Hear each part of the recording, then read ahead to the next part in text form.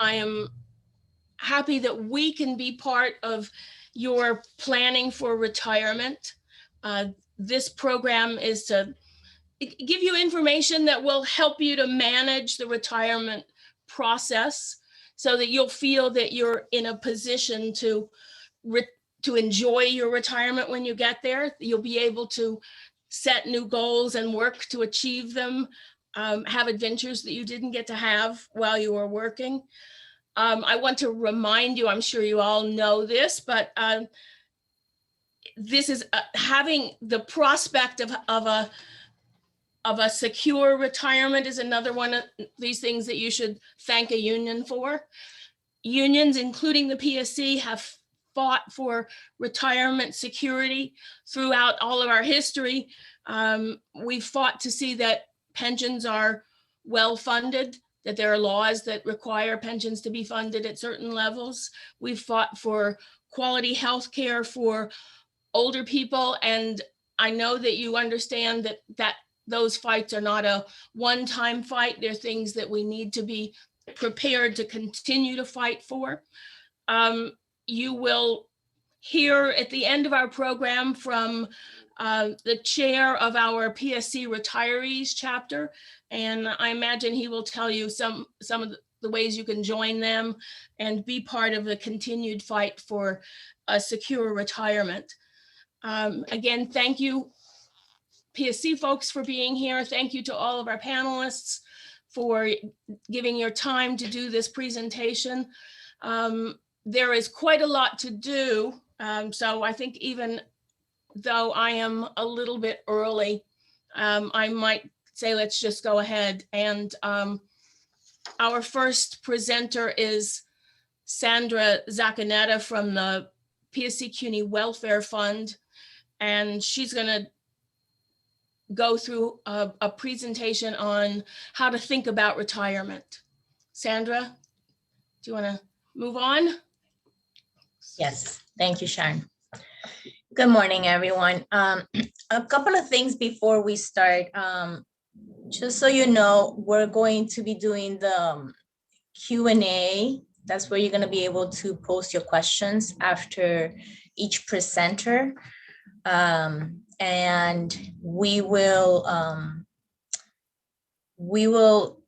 tackle those questions live and also try and answer those through the Q&A. So if someone poses a question and we answer it through there, everybody will be able to see that. Okay, so as you start to plan for retirement, let me just share my screen so you can see my PowerPoint.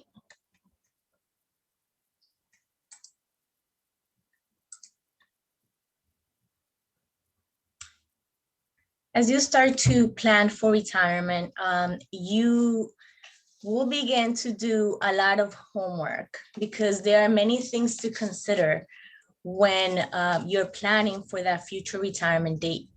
The whole process from beginning to the end of your research can be overwhelming, can be confusing, and you have to understand that it is not a one-stop shop. You will be having many conversations with different people that have various expertise. So it's important that you start doing your research. One of the first places to go are these conferences where you're able to gather a lot of information. A lot of you may feel like it's information overload, but it is important maybe attend a couple of these conferences and then move along and start talking to the different people along the way. As you plan for your path for retirement, it's important to start looking at income replacement. How are you going to live in retirement? One of the first things that I encourage our members to do is to make sure that they check their Social Security statements. Many people say, I don't get those anymore.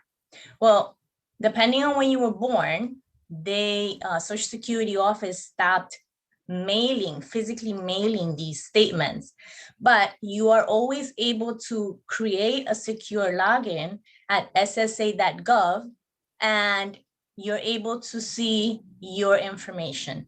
It is important that it doesn't matter how young you are or how far away you are from your intended retirement date, that you go in here and you start looking at your income, your history, to make sure that the Social Security office has it correct, because you'll be able to rectify that.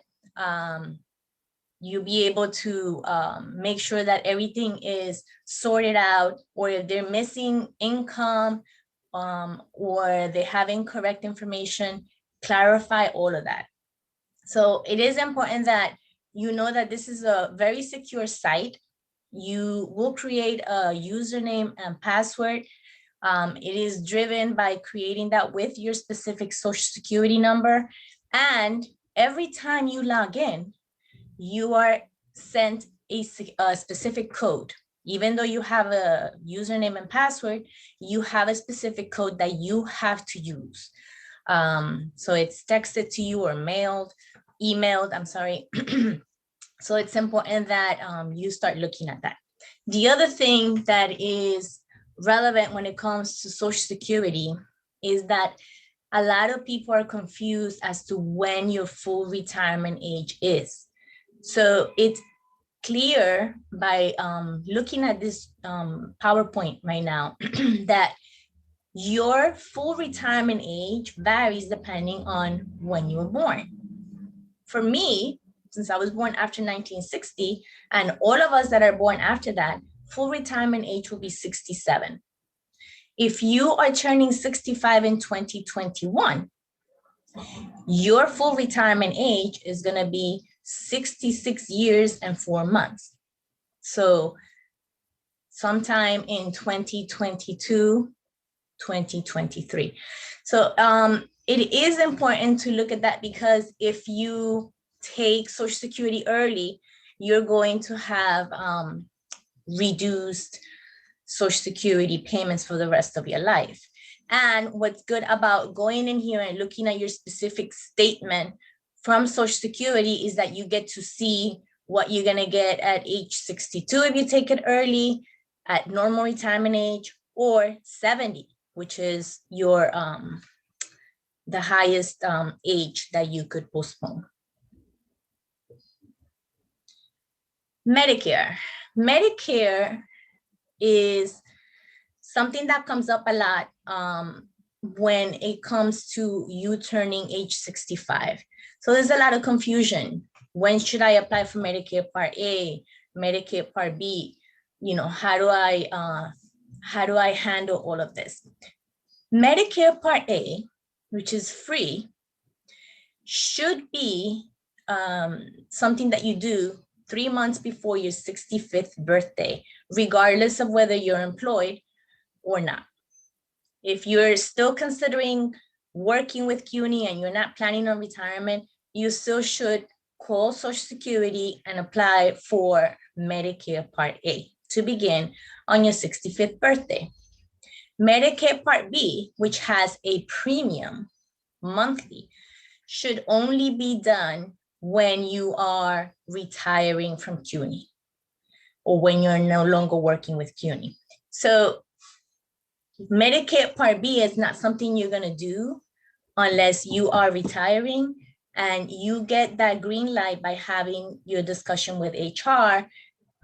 When you are going on Medicare Part B, you're going to apply for the first of the retiring month, unless you are retiring on, let's say, the last day of the month. You're applying for Medicare Part B to begin the first of the following month. You received a lot of information links prior to this webinar. And one of the things that you received in there was a document specific to your retirement system and your age.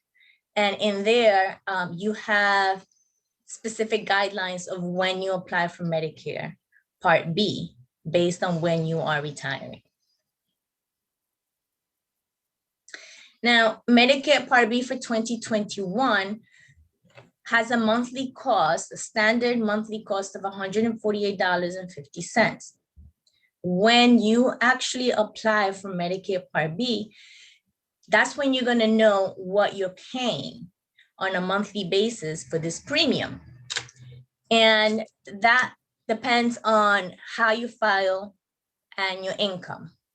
It is a 2-year look back. So by the time you retire, if you're retiring in 2022, they're looking at your income in 2020. If you're a single filer that earned under 88,000, or a joint filer that earned under 176,000, you will be paying just $148.50 of the standard, whatever that is every year. It keeps on going up. If you get an overall premium that is higher than $148.50, that means that your income is going through what we call income related monthly adjusted amount, IRMA. Your income, your gross income is above the threshold that I just mentioned. And therefore you pay more than the standard for these Medicare Part B premiums. So you're not gonna see that broken up. You're gonna see a total premium, but you know that the difference of what you're paying and $148.50, that's IRMA. And again, in the documents that you received, I call it a guideline for each of you, depending on your retirement system and your age, you will see that there are specific instructions on those of you retiring with benefits from Cuny on how to get reimbursed for the Medicare Part B premiums, and also how to get reimbursed for the IRMA excess that you're paying. So this is the #1 question that I get a lot from future retirees. Most individuals are trying to determine, how do I leave Cuny and retire with benefits? So this is the eligibility grid for retirees, depending on the retirement system that you have. If you're a TIA member, you have to meet this criteria: be age 62 or older, have 15 years of full-time continuous service with Cuny, be in a full-time PSC title, and retire from that full-time position by starting a lifetime income annuity from the optional retirement plan with TIAA. That is something that you will discuss with your advisor from TIAA. And if you need clarification on what this lifetime annuity income really means and how it plays out for you, you will have a conversation either with me or look at that guideline document that I created for you. You also have a specific document that discusses the lifetime annuity income requirement from TIAA. TRS members, and it's the same criteria for NYSERS members that stayed in a PSC title. You need to be age 55 or older, have 10 years of credit service with TRS or NYSERS, be in a full-time PSC title, and retire from that position by starting your qualified pension plan or just starting the pension. If, depending on your tier, if you retire under age 62 or 63, and if you do not have 30 years of credit service with the retirement system, you could retire, but you will receive a reduced pension for life. And those reductions are specified in the document that the guideline that I created. So there's a lot of confusion as to who you talk to and by when, and who to contact and what to do. TIA members, you will, one, have your meeting with HR to determine retirement date. Do you have Travia? All those factors. HR tells you your retirement date. And then you have your major meeting with your TI advisor. You received a list of advisors assigned to the different CUNY colleges. So you should be contacting those advisors because they, I call them being CUNY proficient. You know, they know your CUNY plan inside out. So you should be contacting those advisors instead of the advisors on the call center to set up a virtual meeting or a phone meeting to start discussing the retirement that you're planning for. You want to discuss if you're on track for your income goals. You want to discuss this lifetime annuity requirement that CUNY has and that has to be taken from the optional retirement plan. And this is strictly for those of you retiring with benefits from CUNY so that you meet the requirement for New York City Health. TRS members, this also applies for NYSERS members. You want to first and foremost look at your annual benefit statement. ABS is what TRS calls it. Look for the qualified pension plan estimate of options, usually pages 3 to 6. If you also have a TDA account, they should also be listing your annuity options or pension options for the TDA.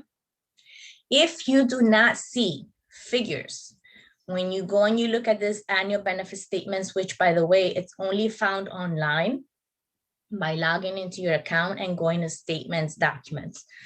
If you do not see figures, then you need to contact your HR office or HR offices for the CUNY colleges where you've worked. And you need to request a service record. And you want to request that they send the service record to TRS and a copy for your records. And what they're doing at TRS is they're working on updating your service, and that will prompt you to have your information up to date. And by the time that they do the annual benefit statement, which is also every June 30th of every year, it's the data up to June 30th of every year, then you will see estimates in the next annual benefit statement. You should, as a TRS member or a NYSERS member, you should attend a retirement class at TRS. I put the link here as to where you could find it. But if you log into TRS and you go to education or NYSERS and you go to education, you will see a listing of the classes that they have. So it's important that you know what you have, you know, how the formula works and the behind the scenes of your TRS QPP and TDA accounts. If you are with TRS, you would be contacting me, Sandra Zacanetta, at the Welfare Fund for a pre-retirement counseling meeting. Only do this once you are updated in your service. Do not contact me to update your service. I don't work at TRS and I don't do that for you. So you have to make sure that this is all sorted out before I'm able to guide you. The process once you decide to retire. And also it's important that you know official retirement takes place after annual leave and or Travia leave. So retirement is not when you're going on leaves. And when you're talking to TIAA, to NYSERS, to myself, we always want to know the official retirement date, not when you're going on Travia leave. So your HR office, if you're retiring with benefits from CUNY, will be telling you your official retirement date. If you're in a title that has Travia leave, you will obtain the Travia leave form from HR. You will have that signed by your manager or your chair, and you will return that to HR as well. The semester before you go on leaves, you have a meeting with HR to obtain all the retiree forms, to discuss the retiree benefits. All those forms will be going back to HR. When you are, usually when you're on leaves or on Travia leave, that's when you are 3 months away from your official retirement date. And that's when you'll be contacting the Social Security office to apply for Medicare Part B, if applicable. If you're leaving before age 65, you're not doing that. You're just retiring, and you'll be applying for Medicare Part B to begin once you are retired and 3 months before you turn 65. TIM members, you're going to meet your advisor or your consultant. A lot of you have numerous meetings throughout the years. The important one is the one that it's 3 to 2 months before the official retirement date. And that's because you have to discuss and complete the forms for the lifetime annuity with TIAA that you need to set up for New York City Health. TRS members, you'll be meeting with me, Sandra Zacanetta, 3 months before the official retirement date. And that's because with TRS, your window to file the documents with them opens up 3 months before the official retirement date. If you do any paperwork with TRS before the 90 days, then they will decline everything. So you will contact me to get on my schedule. We have a meeting, we discuss the pension options. I provide the TRS documents. I walk you through the whole process on how to do this with TRS. NYSERS members, in a PSC title, you'll be doing this with a counselor at NYSERS. You won't have your HR meeting, but your NYSERS discussions will be with a counselor at NYSERS. And when you are on Travia and on leaves before your official retirement date, just make sure you understand Medicare Part B, IRMA reimbursement process so that you know what to complete and by when. And make sure that you are all set up for your reimbursements to begin for the standard Medicare Part B premiums. Usually that's the year after you retire, and also to know how to get reimbursed for IRMA, which you physically have to apply for that every year to get reimbursed after retirement.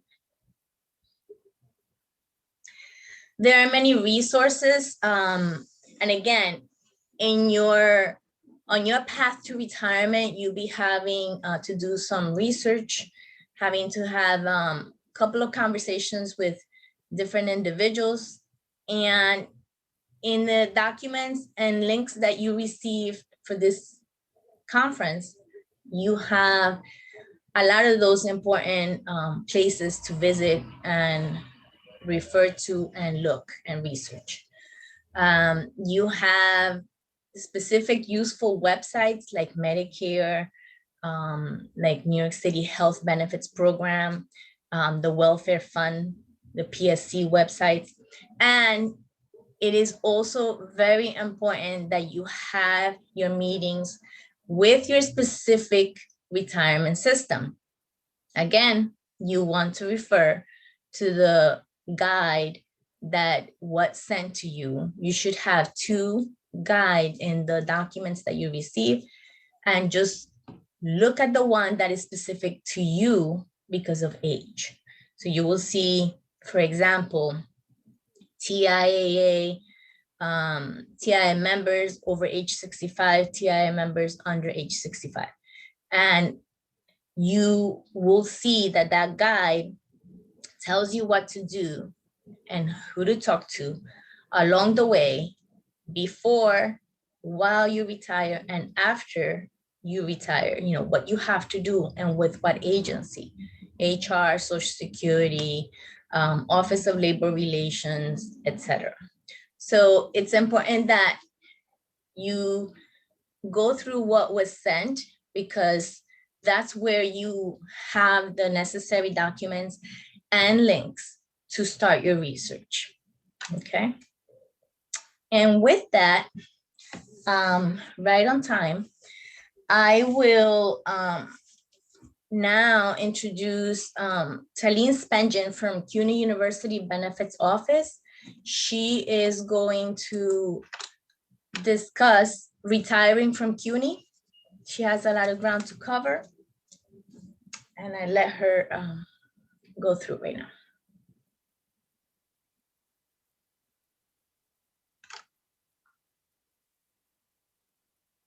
Good morning, everyone. Thank you to PSC for inviting me today, and thank you to all the pre-retirees who are attending. Today, I'm going to go through some of the retiree benefits in a very, bird's eye view of everything, not go into too much detail. And I hope that I've been looking at some of the questions that you're posting. I hope to be able to answer a lot of them during my presentation. So I'm going to go ahead and share my, my presentation. I hope everybody can see that. Oops, I have too many things open, sorry.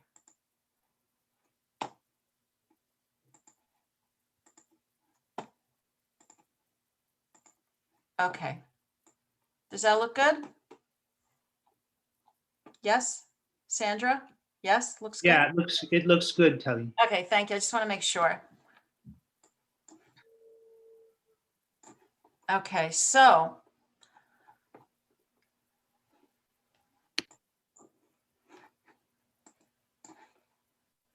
this is my contact information in case anybody needs to get in touch with me. I'll try to answer as many of the questions as I can during this presentation, but I'm always available. If you send me an email, your first point of contact should always be the benefits officer at your campus, but they are generalists, and sometimes things are very nuanced when it comes to retiree benefits. So I don't mind fielding those kinds of questions, but your first point of contact should be the benefits specialist at your campus.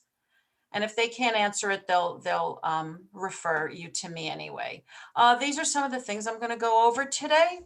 The eligibility for retiree benefits, the timeline, verification of service. These are all the things I'm going to touch on today.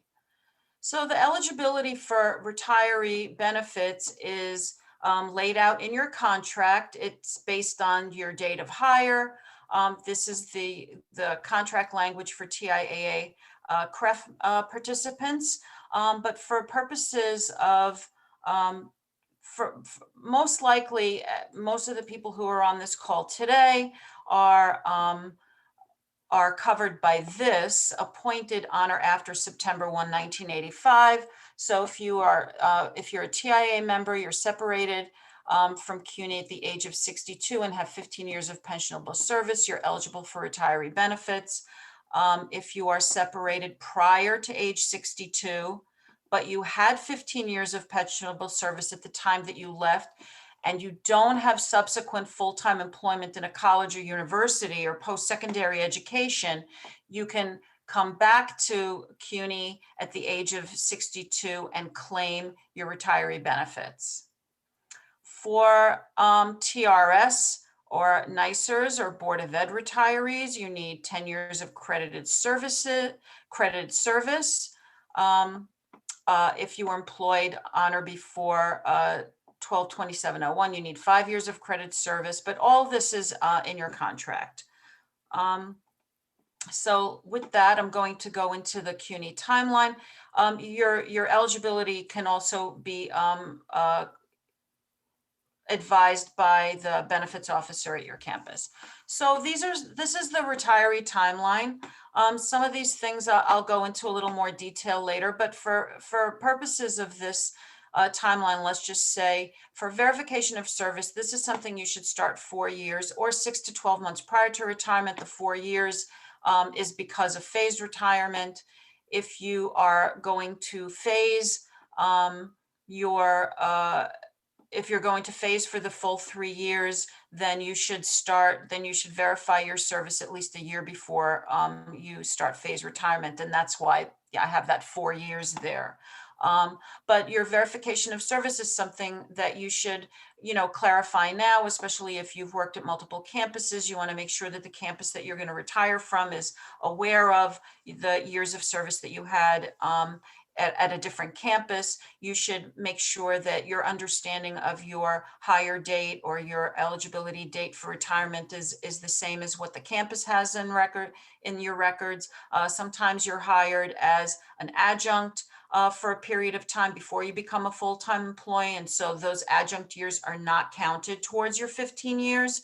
And so these are the things that you should clarify now, which Sandra also mentioned. And not wait until the last minute before your retirement and find that there's a discrepancy. Like, these are things that you should clarify now. 5 months prior to retirement, you should contact either Sandra or someone at your pension system to go over everything that you need to do so that you fully understand what steps need to be taken.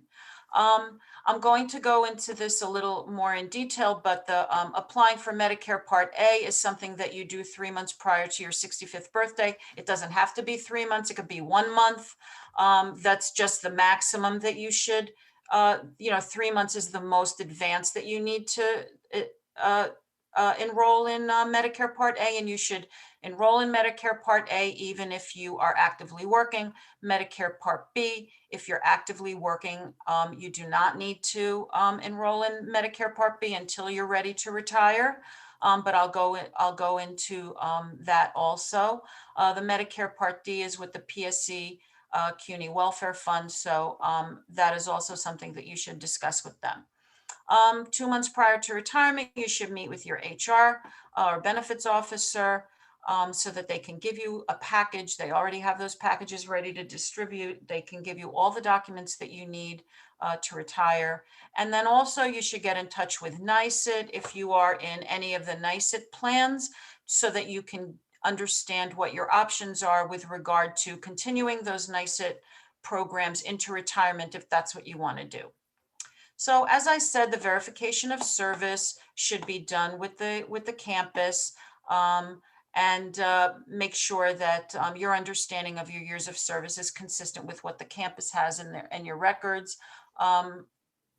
I already talked about this, and something also that I like to mention that Sandra already mentioned is that this is a good time to look at your Social Security history to make sure that all your years of work are accounted for. And they have ways of verifying your years of service if there's a discrepancy there, if there were work years that you worked that are not credited there. So that's another thing that you should do now while you're still working and not wait till the last minute.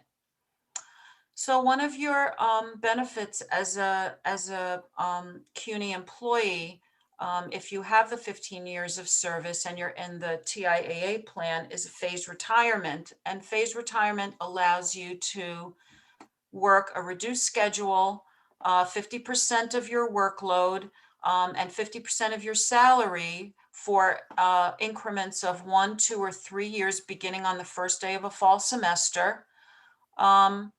You can also combine that with Travia leave, in which case Travia would be the last semester of your phasing period.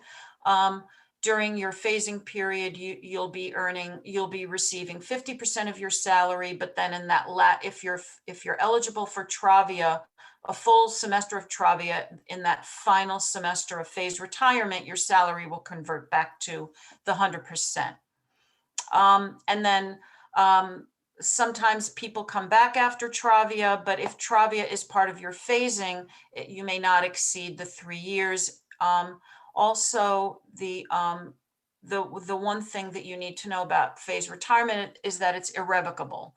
Once you apply for phased retirement and it is all approved, there is no ability to rescind, and it's irrevocable, and you are required to retire at the end of the 3-year phasing period, or the end of Travia if that is your final semester of phasing. You should let the department know or an HR know that you intend to apply for phased retirement a year before it commences. So November of 2022 is when you should, oh, that's wrong, I'm sorry. November of 2021 is when you would apply for phasing to begin in 2022, the fall of 2022. I apologize for that error. If you're in a HEO title series, I'm not sure that anybody in this room on the call today is a HEO, but if you are, then the phase retirement for HEOs would be 80% of workload, 80% of salary, and they're not, and their phasing would be either 6 months or a year. So let me talk about Travia a little bit. Travia is allows you to be paid out half of your accrued sick leave. And Travia is intended for employees who have a bona fide intent to retire. And I know this is a sticking point at the campuses. Travia is not intended to be a semester off and then you come back to work. Travia is intended for bona fide intentions to retire. If you have the maximum of 160 days of sick leave, it is rounded up to a full 5 months or a full semester of your full salary. You're still considered an active employee. You're still covered under the health insurance. You stop accruing leaves, but you are considered active and you earn your full salary during that 5-month period. If you have anything less than the full 160 days, then you get exactly half paid out to you. So let's say, for example, you only have 100 days of sick leave accrued. That means that you would get 50 days of Travia paid out to you.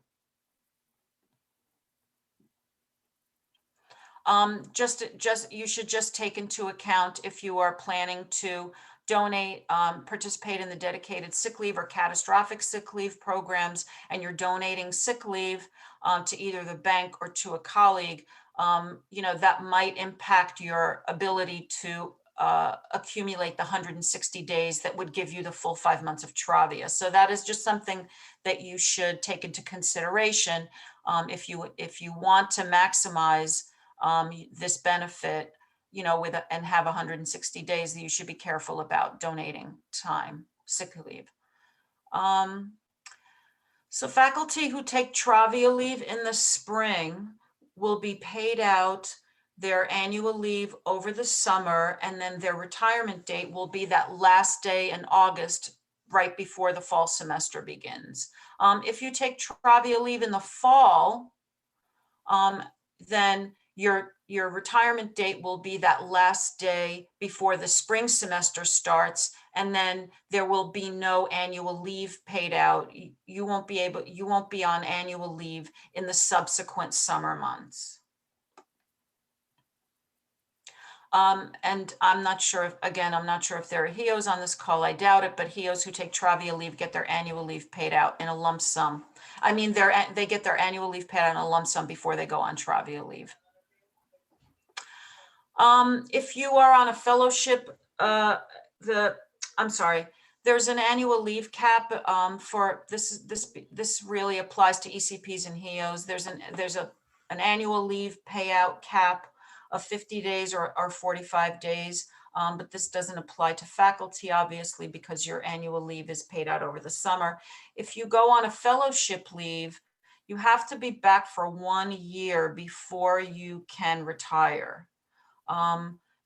But the Travia leave counts towards that service. So you can come back, I guess, effectively for 1 semester, and then the second semester of the 1 year that you have to be back at work can be Travia leave.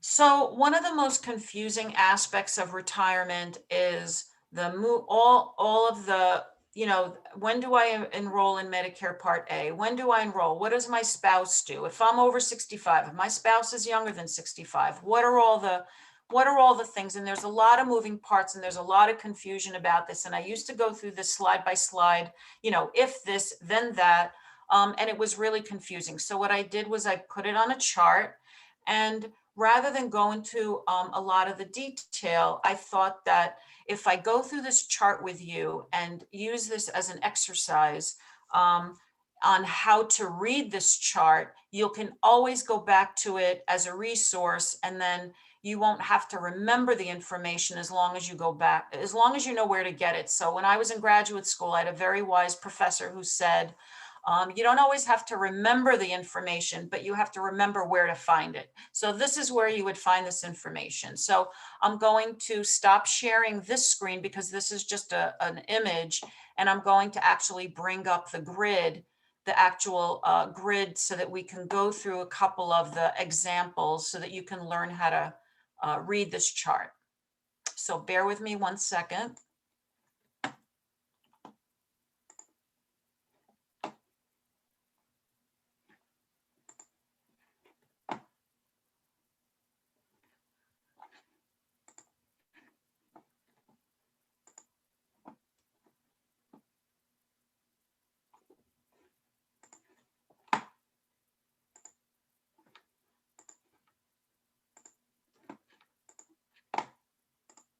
Okay, can everybody see that?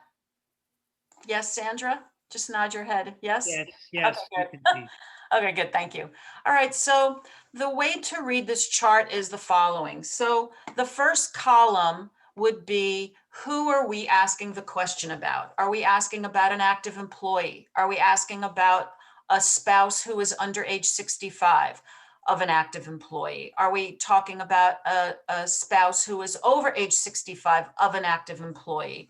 So let's do and then the second column would be the age of the employee.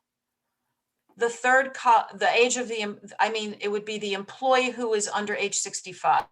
And the third column is the employee who's over age 65. So let's do a really easy one. The first line is an active employee. So we're asking a question about an active employee. And then in the second column, the active employee is under age 65. So your primary coverage is your New York City health plan, and Medicare is not applicable because you are under age 65. So so let's do the next column. So if you're an active employee and you're over age 65, the recommendation is, well, you're still covered under a New York City health plan because you're still an active employee. You should enroll in Medicare Part A. So Medicare Part A, you should enroll in when you turn 65. There's no penalty if you enroll a month or two after you turn 65. But you should enroll in Part A. There's no cost to you. But you should not enroll in Part B and D because you're still actively working and you're covered under an active city health plan. So that's the way to read this chart. So let's do another one that is a little more complicated. So let's go to the third example. So let's say we're discussing what to do if the spouse of an active employee is over age 65. So this happens frequently, but the employee is under age 65 in the first column. So what do we do? If you're the spouse of an active employee and you're over age 65, but your spouse, who's the employee, is under age 65, you're still covered under the CUNY Employees New York City Health Plan. You may apply for Part A as the spouse because now you're 65. You do not have to apply for B and D because you're under an active employer plan. That's your exemption. DP is my abbreviation for domestic partner. The exception to this rule is that if you are a domestic partner and you turn 65, you must enroll in Part A and B of Medicare. That employer covered exemption does not apply to you because your domestic partnership is not recognized by the federal government. And then Part D is not applicable because you're still covered. You still have your drug coverage with the PSC CUNY Welfare Fund. So, so now let's say that we're asking the question about a spouse who's over age 65, but of an active employee, but the employee is over 65 as well. So we look at the third column. You're both covered under a New York City health plan because the CUNY employee is still actively working. The spouse may apply for Part A, and the employee may apply for Part A. You do not have to apply for Part B and D because you're still covered under your spouse's active plan. If you are a domestic partner, you must enroll in A and B, and D is not applicable because you're still covered under the drug plan with the welfare fund. So this is the way to read this chart. I hope that I made it as clear as possible. Again, the first column is the person in question, whether it's the employee or the spouse of an employee. The second column is what you do if the CUNY employee is under 65. And the third column is what you do if the employee is over 65. So I hope that that is clear to you. There's a lot of other examples, and this should help to clarify things for you. You can always go back and read it. And of course, if you're still confused by it, because it does take time to absorb, I am always available to assist.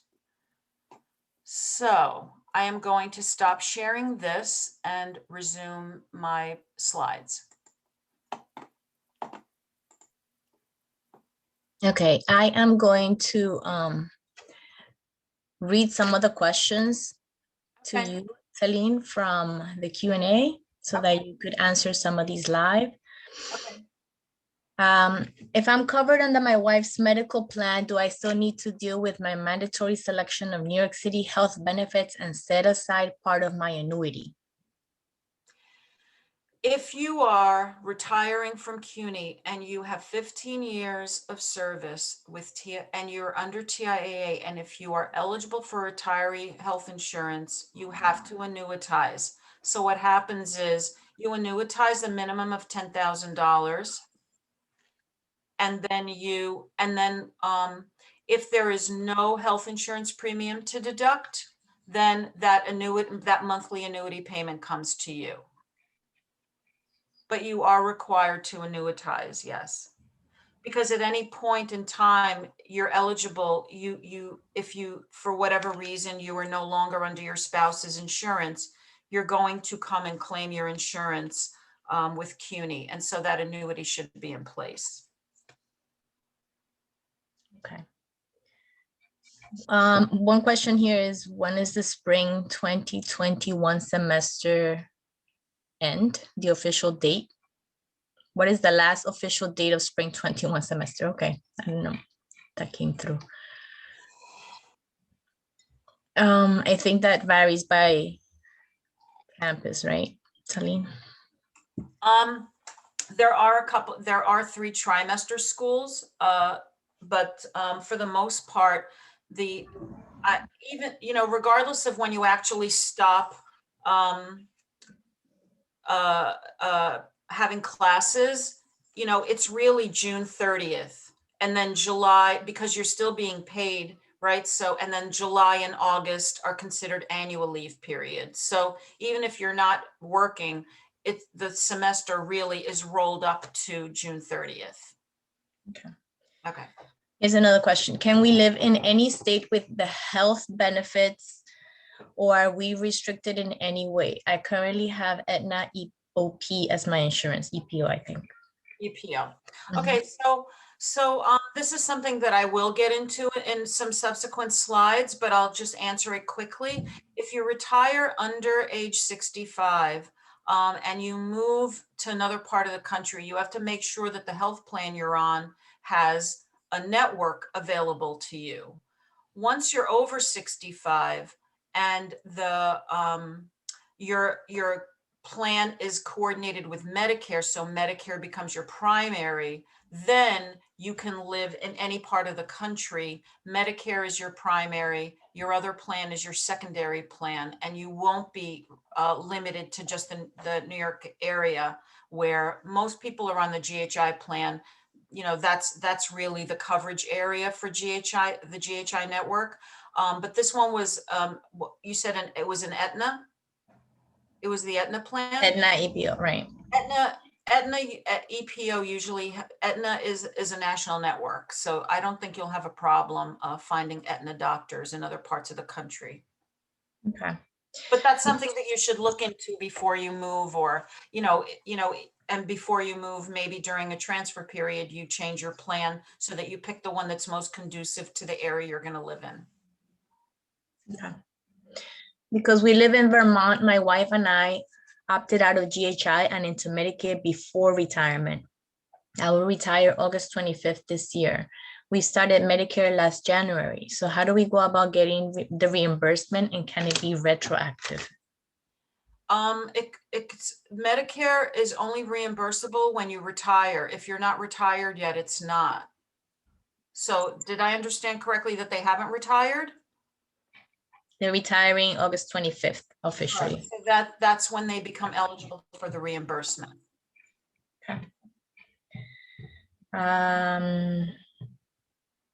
Is there a penalty if one does not apply for Medicare Part A 3 months before the 65th birthday?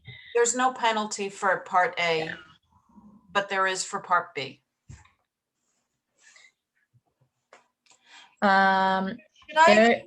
Can I continue the presentation, because I feel like some of these are topics that I'm going to be talking about anyway. And then I'll ask the questions after. Yes. Okay, good. All right.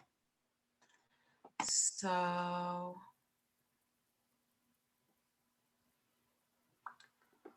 where is?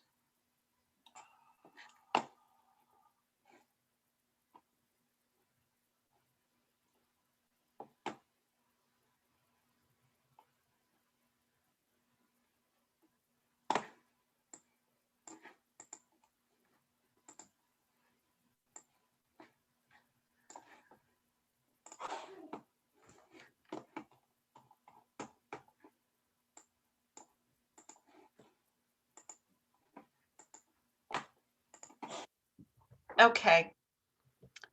So let me continue. So the retiree healthcare, as I said, you do not have to enroll in Part D because that's covered under PSC. When you are in a plan during retirement, you're not stuck with that plan forever. There are transfer periods in which you can, during which you can change your health plan. You can change it once in a lifetime in an off year, but other than that, it's an even numbered years that you can change your health insurance plan. So another one of your benefits is the Medicare Part B enrollment. You can have your basic Medicare Part B premium reimbursed to you annually. The form, oh, this is Medicare Part B enrollment. I'm sorry, Medicare Part B enrollment. So if you are retired and you are close to turning age 65, within 3 months of turning age 65, you should apply for Medicare Part B, not for Medicare Part D, and you should also apply for Medicare Part A. Once you retire, your Medicare becomes your primary coverage, and your city health plan becomes your secondary coverage. So one of your benefits as a CUNY retiree is that the cost of Medicare Part B is reimbursable to you. If you are a TIAA retiree, there's an application that you would fill out and send to the University Benefits Office.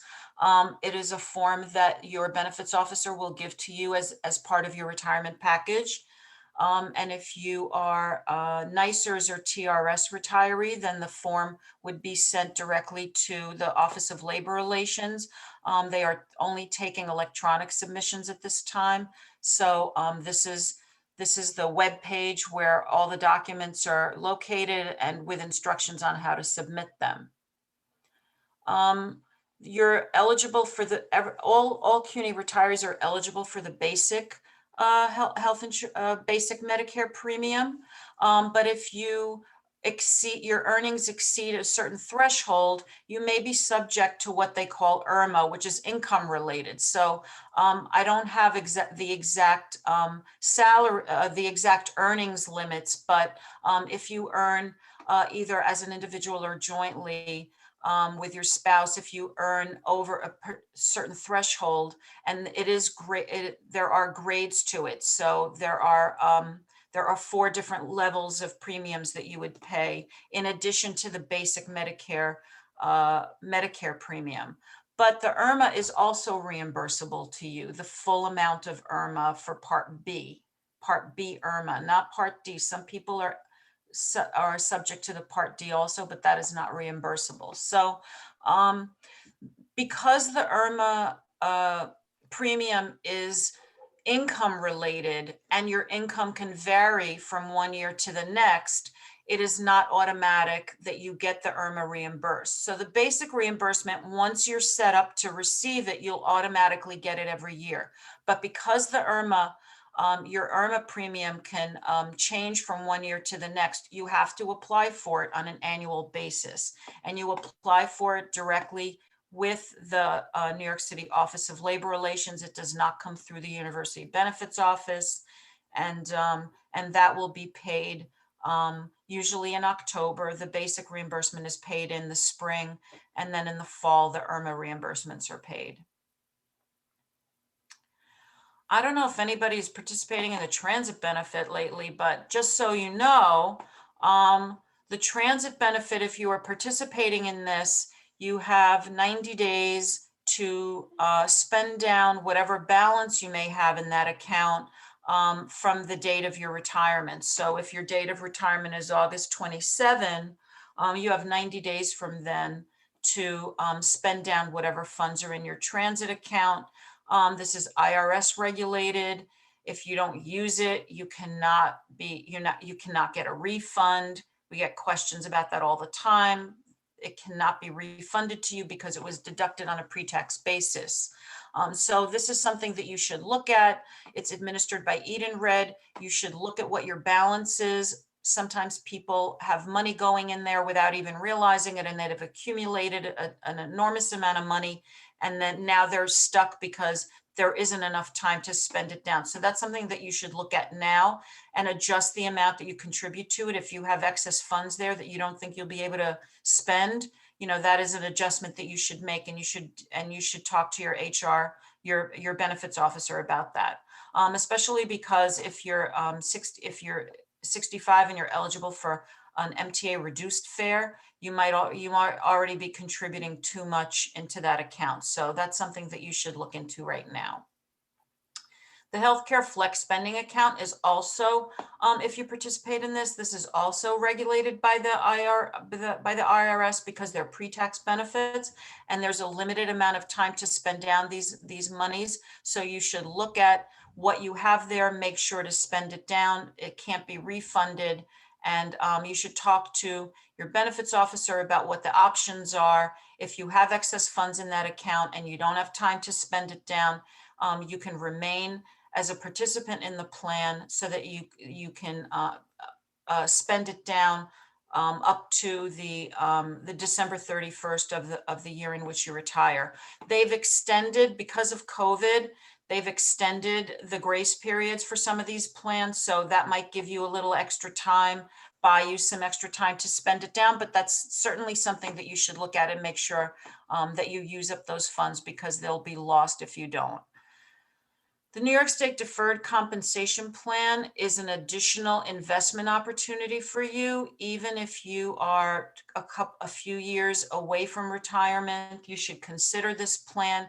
The limits are not coordinated with regular TDA, tax deferred annuities, the TDAs. So if you're contributing to a TDA and maxing out on it, for example, and you want to contribute more than the max that's allowable, you can participate in the New York State Deferred Compensation Plan and effectively double what you defer, because the two limits are not coordinated the way that they would be with other plans. So contact the Deferred Compensation Plan. The enrollment is done on their website. The deduction is set up by them, And this is an additional investment opportunity for you if you're already maxing on your tax deferred annuities. Retirement counseling, Sandra already went into this. You should you should talk to your HR office. You should talk to all of the resources that you have at your disposal to make sure that you're fully educated about all the things that you need to do to retire, all the documents you need to fill out, advice about annuitizing, advice about withdrawing funds, your pension options. And that is something that you should, I think that it's become a little more difficult to get in touch with the pension systems these days. They are inundated with calls, but if anybody has a problem getting in touch with someone, don't hesitate to contact me and I'll intervene on your behalf. Working after retirement, there normally are limits on how much you can earn after you retire. This only pertains to those of you who are retiring before age 65. So if you're retiring under age 65 and you're receiving a pension and you want to go back and work at a New York City or New York State agency, there is an earnings limit of $35,000. That was the limit in 2020. When I just looked on the to see if that amount was increased, and I found that they have suspended this requirement. They've waived it because of COVID. They did not indicate when this would end. And so if this is something that you're planning to do, if you're under age 65 and you're planning to retire and continue to work for a city or state agency, this is something that you should make sure is still in place before you earn too much and then have your pension suspended. This limit does not apply to you if you're over age 65, and it does not apply to you if you go to work in the private sector. So there's no limitation for private sector jobs, or if you're over age 65, it only applies if you're under age 65. Some of the things that you should know about change of address and banking after you retire, you should always keep even the campus apprised if your address changes, your pension system, the welfare fund, TIAA, the University Benefits Office. None of these agencies share information. So it is incumbent upon you to make sure that all of these different agencies are made aware of your address changes, your pension system, obviously, should know if there are any banking changes that took place. I get calls from retirees all the time who say, you know, their accounts were hacked and they had to close their bank account. You have to make sure that everybody is notified of these changes into retirement. And that includes the campus. You know, don't hesitate to let the campus know of any changes, because sometimes they have to get in touch with you for whatever reason. So, and also, another thing to remember is that you should notify these different agencies of when there's a death in your family, a change to beneficiaries, spouses pass away, and all these agencies should be apprised of those kinds of life changes as well. These are just some links to websites that may interest you. And that's it for my presentation. I don't know if I missed anything, but I guess we can get into it with the Q&A. So I'm going to stop sharing my screen, and if there's any questions, Sandra, that you wanted to continue asking.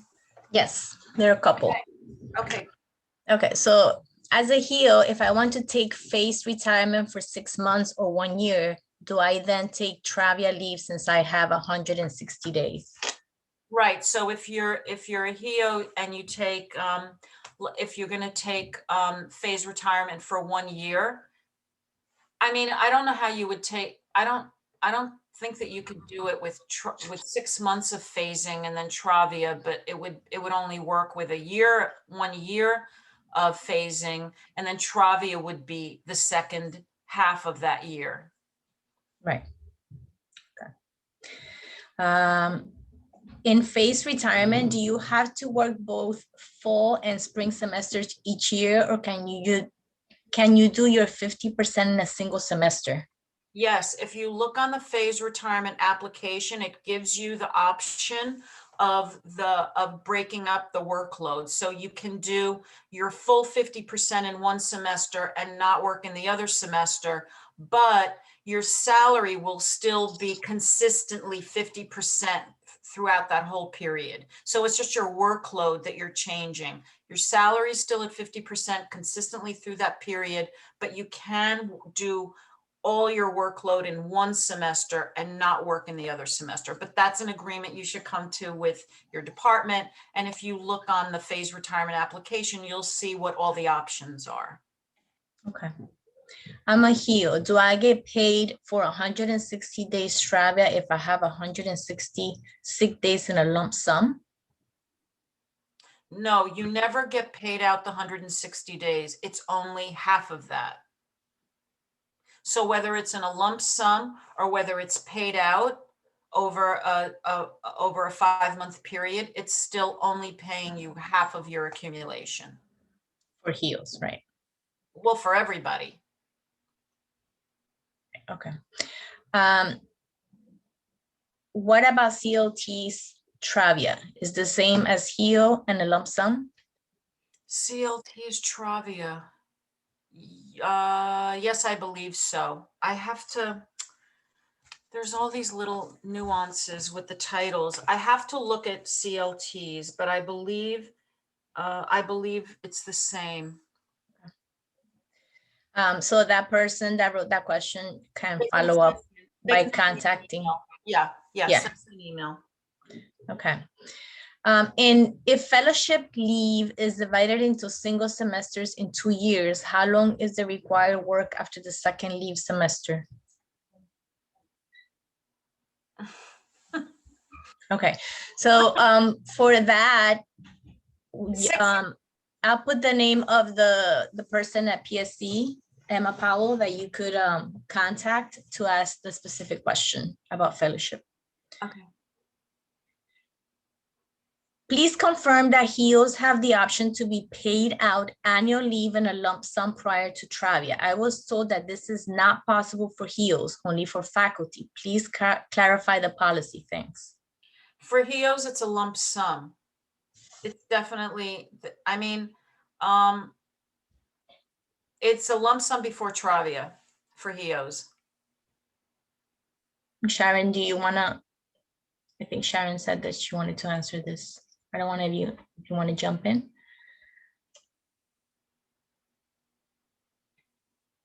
No, I'm just marking things that have been answered. Oh, okay, okay. Thank you. Let me see what else. Does my IRMA stay higher throughout my retirement or only for the years I made more than 88,000? IRMA is income related, so it can change from year to year. Right. And when you get a Social Security letter in November for the subsequent year, it'll tell you what you can expect to pay in IRMA premiums in the coming year. I was told on my campus as a HEO, I use my annual leave first, then my Travia. This contradicts what was said about receiving a lump sum. My last day on payroll is August 19th, 2021. So some of the campuses, it depends on how much annual leave you have. Some of the campuses let you go on annual leave. You spend down your annual leave on a biweekly basis as if you were on vacation, and then your Travia leave starts. There's no uniformity what campuses are doing. I don't get consulted on these things all the time. The campuses just set it up. I mean, if you have, let's just say you have, 20 days of annual leave accumulated, you can have that paid out over 4 weeks or, 2 pay periods, and then go on Travia leave after that. The campuses do it differently. So I'm not sure you know, why they would say that it can't be done that way.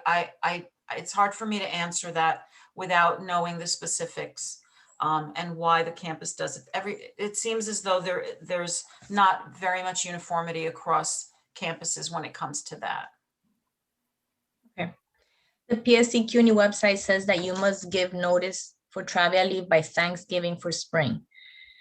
You have just said to give 4 months notice before start of spring. Can you clarify, please?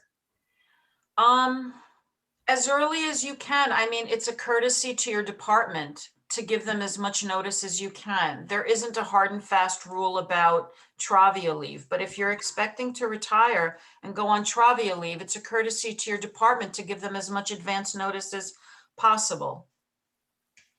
So that means Thanksgiving, or that means, you know, October, September. It's not etched in stone, but it's a courtesy to your department. Right. My husband was not on my medical plan. When he retired, he enrolled in Medicare's Part B and D. Can he be enrolled on my plan while I am on Travia and be eligible for my health benefits upon retirement? Being added to your health insurance plan when it's not a transfer period, it must have a qualifying event. So if there's a loss of coverage, if there's a qualifying event, then he can be added to your health plan. But other than that, if there's a qualifying event, he can be added even during the Travia period, but there has to be a qualifying event. Okay. I am a HEO. I took the buyout and used my wife's health insurance. How does that impact my choices for Medicare and New York City Health at retirement? My wife will work maybe 5 years after I retire. Once you retire, even if you're receiving the buyout waiver, when you retire, you can at that point enroll in a city health plan if you want to. If you want to stay on your spouse's plan for 5 years and then come back, and as long as you're eligible, as long as you meet the eligibility, if you don't enroll upon retirement, you can enroll, you know, during a transfer period in a subsequent year. But you can enroll when you retire, even if you're on a spouse's plan or receiving a buyout waiver. Does the retiree need to apply for the Silverscripts plan, or is that rollover automatic? They have to, when they retire, they have to fill out a Silverscript plan application. Okay. Also, if you're a dependent on your spouse's health plan and there are more than 100 employees in that company, is Medicare, oh, that's a Medicare question. Is Medicare still primary? You could go to the Medicare website and contact one of the representatives to discuss that, directly with them. Let me see. If over 65 and I have GHI and will be moving to Florida, is it better to switch to Aetna, or will staying on GHI be as good? So when you, if you're on the GHI senior care plan, it coordinates with Medicare. Even if you are living in Florida and if you go to a Medicare doctor, Medicare will pay 80%. The GHI senior care plan will pay the 20%. Even if you don't have to go to a doctor that accepts GHI. That's just the way it's coordinated. And GHI also has out-of-network benefits. So if you have GHI, you can go to any doctor. It's treated out of network, but it's not a claim that's denied just because you went to a doctor that wasn't in the GHI network. And a follow-up question. What health coverage applies if you are abroad? None. Medicare doesn't cover you abroad. I think that GHI might, but it's treated like an out of network. Do I understand correctly that someone may take Travia, but while on this leave can still decide to return for 3 years phased retirement? As I said before, Travia leave is not intended, it's for a bona fide intent to retire. It's not intended for someone to take a semester off and then come back and go on phased retirement. I mean, maybe they're doing that at the campuses, allowing it, but that's not the way it's intended to work. But I guess technically, if you decide for whatever reason that you don't want to retire after Travia, you can come back. But you would have had to apply for phased retirement a year before. So you're going to apply for phased retirement and then go on Travia in between. I don't understand the mechanics of that. But I mean, if the department is willing to allow this, then I don't know. I don't know what to say.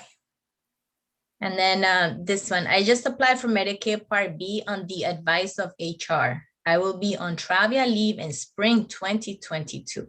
Can I start Medicare when I retire, or have I applied too early and need to start on Medicaid Part B once my application is approved?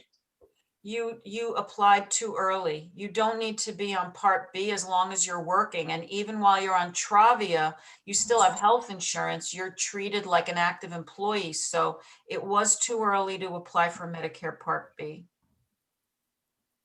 Okay. What happens with HCFSA account in the year you retire?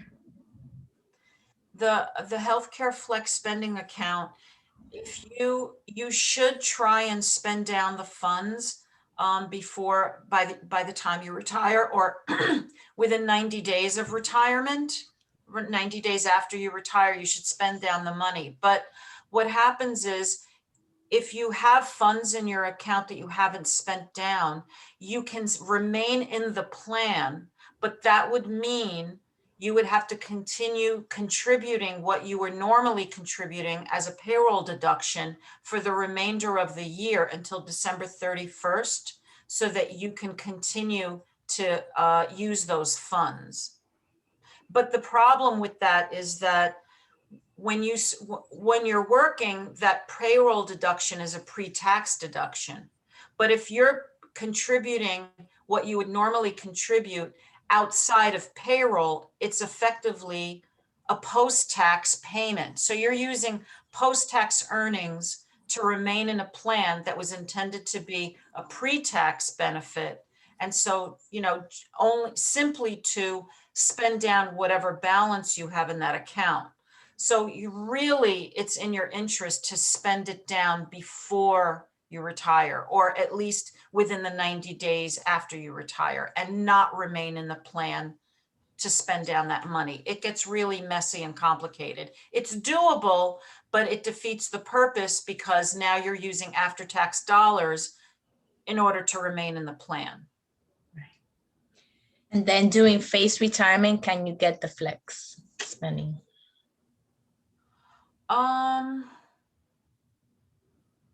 I guess there's no reason not to. You're still on payroll. Right. And along with that, there's a question, can you contribute to the SRA or TDA during phased retirement? Oh, yes, definitely. Yes. It is my understanding you must set aside a certain amount in your TIA to cover your PSC medical bills. Is that correct? That was answered before, but you don't set money aside. You're converting at least $10,000 from the optional retirement plan with TIA into a lifetime annuity to cover that possible cost. But I just answered. But it's to cover the health insurance premium, not the PSC. Right. Okay. Right. Is the health insurance premium. And what TIA members should know is that TIA pays Office of Labor Relations directly that monthly premium on your behalf. And that's why that's set up. So you're not self-paying, you're not paying yourself, you're not setting money aside anywhere. You're doing that lifetime annuity with a minimum of $10,000 to cover that. What is UBO? That's where I work, the University Benefits Office. That's my department. So we support all the, every campus has an HR office and benefits staff, but the University Benefits Office supports the entire university system. One person referenced here that no one discusses what happens when you've taken Travia and came back to work and then you want to retire. You're not really supposed to do that, but I don't know what, what is the question? You go on Travia, you decide you don't want to retire, you come back to work if your department still has a job for you, and that's it. And then next time you plan on retiring, there's no more Travia. There's no more Travia, right? And it's a straight retirement. And I believe they have to work 1 year before they could retire. I believe so, yeah. Mm-hmm. How do I confirm how many sick days I've accrued? Ask your time and leave, the timekeeper at your campus.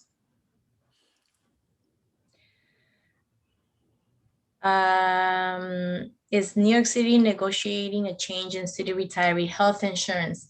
And there is another Medicare Advantage question. At 12:45, Barbara Bowman will be speaking to us, and she is going to address these questions about changes, New York City Health, Medicare Advantage, whatever information she could offer. So we'll wait for that when she speaks to see what she says about that.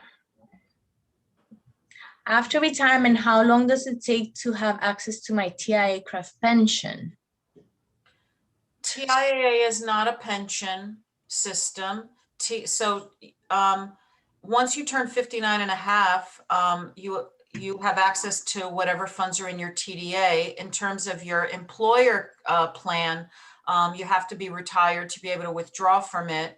And you can withdraw, there's rules about withdrawing, but there's no waiting period for that. Okay. There's a lot of, there are many questions coming through from HEOs. There's HEO and faculty on this conference, and there's a lot of confusion about what HEOs get as Travia when it comes to having 160 days of sick days accrued versus, what I guess what they're reading about faculty getting 5 months off or 7 months off. Can you clarify that? The only reason why faculty is getting 7 months is because the semester is 5 months long. So they're getting Travia leave for the 5 months, and then they're getting annual leave over July and August. But for HEOs, it's 106. If it's 160 days, if they have the maximum amount of sick days, they get a full 5 months of Travia. Right. And then their annual leave accrual is their annual leave accrual. So it's either paid out in a lump sum or it's used, spent down, prior to Travia. But I don't know. Travia is not really different for HEOs versus faculty. Okay. I want to apply for phased retirement beginning in spring 2022 and working the full 50% workload in the fall 2021. How soon do I apply? This fall, you have to apply in the fall of 2021 to go on phased retirement in the fall of 2022. So a year before. Okay. My husband is enrolled in Medicare Part B with Irma.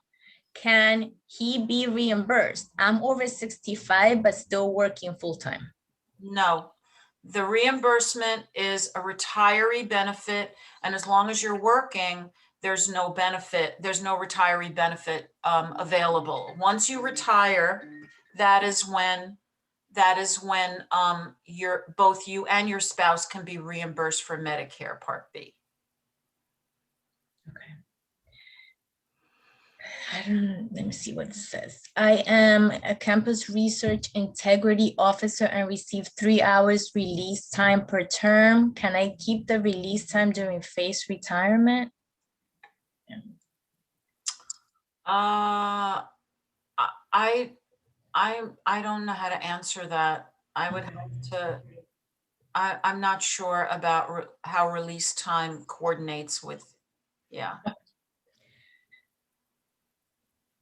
Do the university contributions to TIA continue during Travia? Yes. Because you're still earning a full paycheck and those contributions are being made. Does GHI include HIP Prime? I'm giving different info about this. HIP Prime is a separate plan from the GHI CBP. They're both plans that fall under Emblem, but those are two separate plans. And how are dependents affected by my retirement vis-a-vis health insurance? I have Emblem HIP HMO. When you retire, your dependents, if you have children under the age of 26, they can continue to be covered under your retiree health plan until they complete their 26th year. And then they will no longer be eligible for dependent coverage, but your spouse does.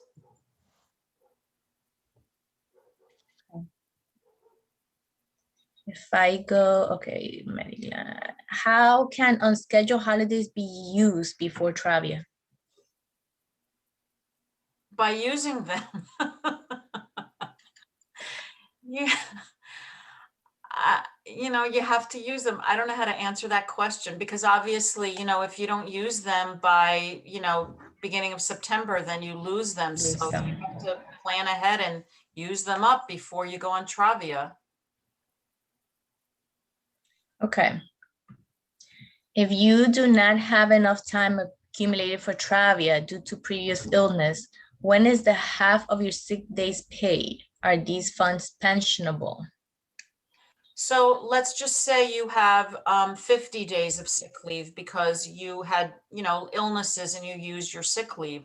So if you have 50 days of sick leave, that's 25 days. So you would start from the first day of the spring semester and you would count out 25 days to see where that got you. And then that would be your retirement date.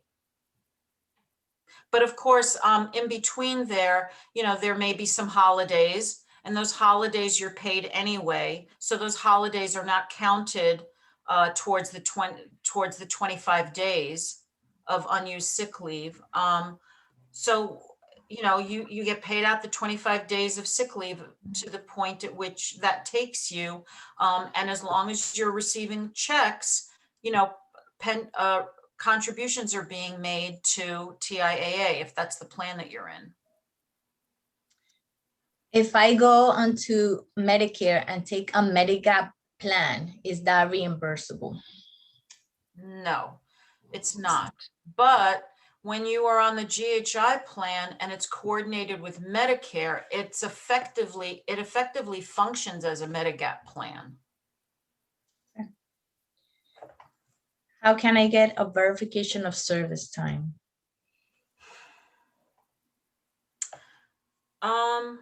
Usually when you retire, when you apply for retirement with your pension system, the pension system will reach out to the campus and ask for service history, just to make sure that all the time is accounted for, and they calculate accurately what tier you're in and how much you should get. So usually that's coordinated between the campus and the pension system. But you can ask your campus, they know when you joined your pension system, so they can give you that information. Someone that wants to start phased retirement in spring 2022. I think this was already asked. How soon do I apply? For phased retirement has to start for faculty, has to start in the fall semester. You can't start phased retirement in the spring. You said spring, right? Spring 2022. Yeah, it has to start with the fall semester. With HEOs, it's a little more flexible because HEOs are not appointed by semester the way that faculty is. So a HEO can say, I want to go on phased retirement, well, no, actually, I'm confusing with Travia. Phased retirement, it's not as rigid with HEOs as it is for faculty, but for faculty, it has to start on the first day of the fall semester. Right. I am under my husband's medical plan, but he is retired. My last active workday will be October 1st. Should I enroll in Part B before September 2021? You should enroll in Part B effective October 1. If that's your retirement date, that is the date that you should, usually Medicare is always the first day of the month. So if you're retiring on October 1, a month before or 2 or 3 months before October 1, you enroll in Part B and you tell them that you want the effective date to be October 1. There's a question here. Do HEOs have to take Travia on the spring, fall semester dates like the instructional staff? How would this work? HEOs taking which phase retirement? No, do HEOs have to take Travia on Travia. semester like the instructional staff? No, it's not as rigid. They can, because their appointments are not the same as faculty. So you can go start Travia leave if you want on April 1. You know, and then if you have the maximum number of days, you know, 5 months, you'll get paid 5 months starting on April 1. It's not, but of course, it always goes back to the department. You know, those kind of dates have to be coordinated with your department. Right.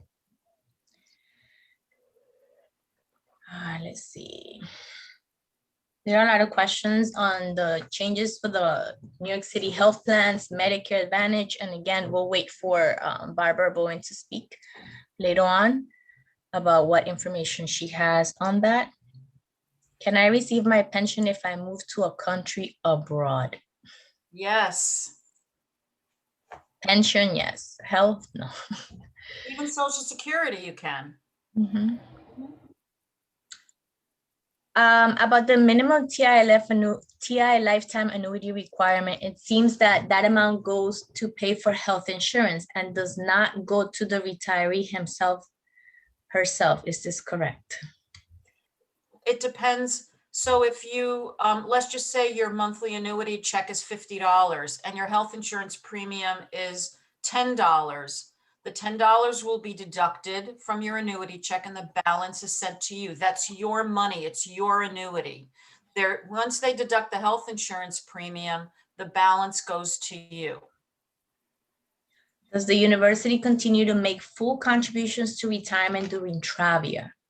Yes, as long as you're being paid a paycheck, contributions are being made. Should I apply for Medicare Part B one day before the start of the semester after Travia? So, I talked about this and Celine spoke about this. You would apply for Medicare Part B to begin in the first of the month of your retiring month. So if HR tells you your official retirement date is August 26th, in your faculty, that's your official retirement date, you would be applying for Medicare to begin on August 1st. Unless they told you your retirement is the end of the month, the last day of the month, then you apply for the first of the following month. And you're applying for Medicare Part B as early as 3 months before, no later than a month before you want those Medicare Part B premiums to begin. After death of a Cuny retiree, does the surviving spouse continue to receive medical coverage?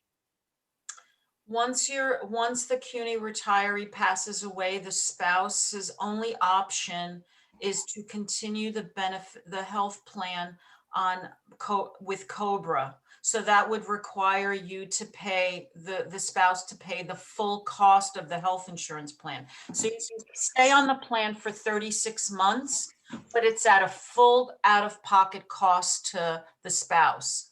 Once the retiree passes away, there's no there's no benefit to the surviving spouse. That said, I'm sure Patrick will get into it, but the welfare fund benefits does have a surviving spouse option. But yes, he'll address that, yes. Right. The only option for health insurance is 36 months of COBRA. Do I still keep my full benefits in phased retirement? Health insurance, yes. If the question is about health insurance, yes. And phased retirement, right? Are dependents allowed on a Silverscript plan? If they meet the eligibility of dependent,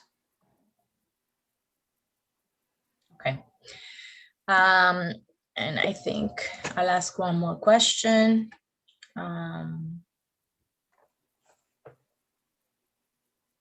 If Cuny is not contributing 2 times per month now, who should I contact other than my campus benefits officer? Only once per month and amount varies. I'd like to know what is going on. Do I need to hire an auditor? they should contact the their HR office and bring that up with them. I don't really know what that means. I mean, so if that's a contribution to TIAA, if that's what they're referring to, sometimes there's a lag for when funds get posted, but it should never be once a month. That doesn't make sense. If that's the case, then Right. it sounds like something needs to be escalated. Right. When Medicare is primary and GHS secondary, is there any need for a Medicare Advantage plan? No, Like a Medigap? Mhm. nope. The two of them should equal 100%. Someone's asking for your PowerPoint. All these PowerPoints and everything for this conference will be available after within the PSC website, I believe, the union. As retirees, do we still have copays for doctor visits, MRIs, hospitalization, etc.? Yes, and deductibles. Medicare has a deductible, GHI has a deductible. Okay.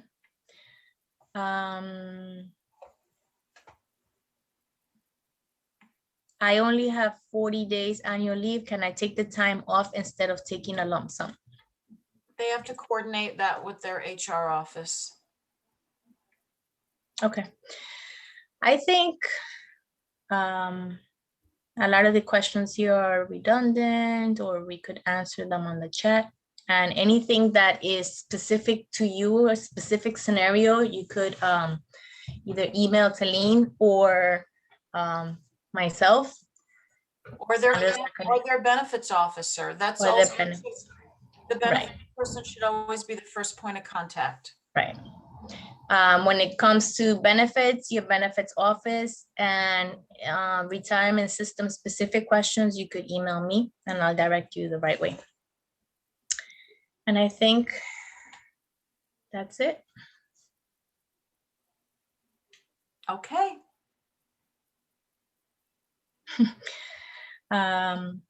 Okay, I'm gonna mute myself. I don't know if Misty is. Misty won't be on. She's having problems with her laptop, so I will be doing the presentation. Okay. All right, so we're gonna mute ourselves and then. Thank you. Thank you.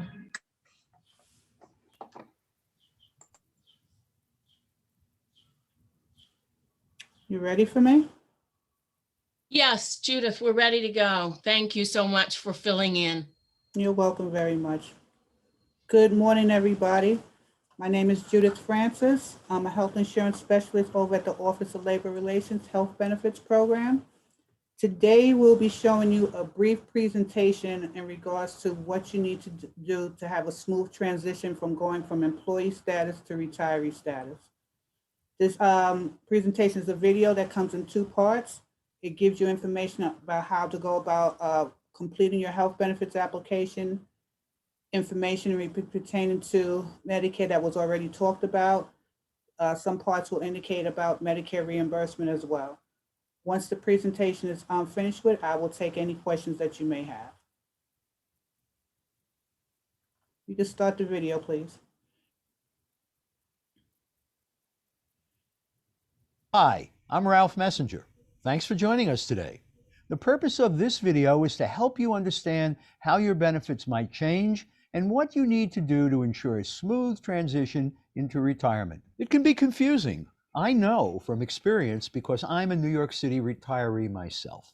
So let me walk you through all the steps, including when to begin the process, how to determine whether you're eligible for retiree health coverage, how your health plan can change in retirement, including how to get information about costs and if you will need an optional rider, how Medicare eligibility affects your coverage, how to get reimbursed for Medicare Part B premiums, what forms you need to fill out, and what happens when coverage terminates. Let's begin by discussing what's required in order to be eligible for coverage. Generally, you're eligible for retiree health coverage if you have the required years of credited service, you are eligible for health coverage as an employee, you'll be receiving a City of New York pension check, or you're a member of a pension system not maintained by the city but covered under special agreement, such as CUNY employees. Eligible dependents include legally married spouse or registered domestic partner, children under the age of 26, and disabled dependents covered prior to retirement. Once it's determined that you are eligible for retiree health coverage, it's important to note that you should begin the application process at least 3 to 4 weeks prior to your retirement date. And you must complete a health benefits application to transfer health coverage from employee to retiree status. Even if you're choosing to waive retiree health coverage, you must still complete an application and select the waive coverage option at the top of the form. We'll discuss forms in more detail later in the video. Also, please keep in mind that unlike employees, retirees are not eligible for the buyout waiver program and will not receive any monetary compensation for opting out of health benefits. You may be wondering whether or not you will be able to change health plans when you retire. In most cases, you must continue with your current health plan. You can only change plans if you're retiring during a transfer period, in which case you'll be able to change your health plan as well as add or drop dependents or add or drop the optional rider. You're moving out of your current plan's service area, in which case you can change your health plan within 31 days of the move without having to wait for the next transfer period. Or you or a covered dependent become eligible for Medicare. Depending on your health plan, you may have certain costs, such as premiums, which are deducted from your pension check, copays, which are payable to your healthcare provider, and deductibles, which are out-of-pocket expenses that must be paid before the health plan pays their portion of the medical expenses. If you and your dependents are not eligible for Medicare, your retiree prescription drug coverage is essentially covered in the following ways. Diabetic medications and supplies are covered by all city health plans. Chemotherapy and non-diabetic self-injectable medications are covered under PICA, a standalone drug program for all city employees and non-Medicare retirees in city health plans. Preventive prescription drugs are covered with a $0 copay for all active city employees and non-Medicare retirees enrolled in the GHI CBP plan as a result of the Affordable Care Act. Medications that don't fall into any of the categories mentioned may be covered through your union or welfare fund or through an optional rider under your health plan. The optional rider is a benefit you can purchase to cover expenses not included in the basic plan, such as prescription drugs, private duty nursing and appliances, and an enhanced non-participating provider reimbursement schedule. If you're eligible for Medicare, depending on your union, welfare fund, or health plan, you may be required to purchase an optional drug rider. To learn more about the costs associated with your plan, please review the current rate chart. You can view the chart anytime online here at nyc.gov/HBP. Thanks for watching part 1 of the video. To learn about Medicare, Medicare reimbursement, and submitting forms, continue watching part 2.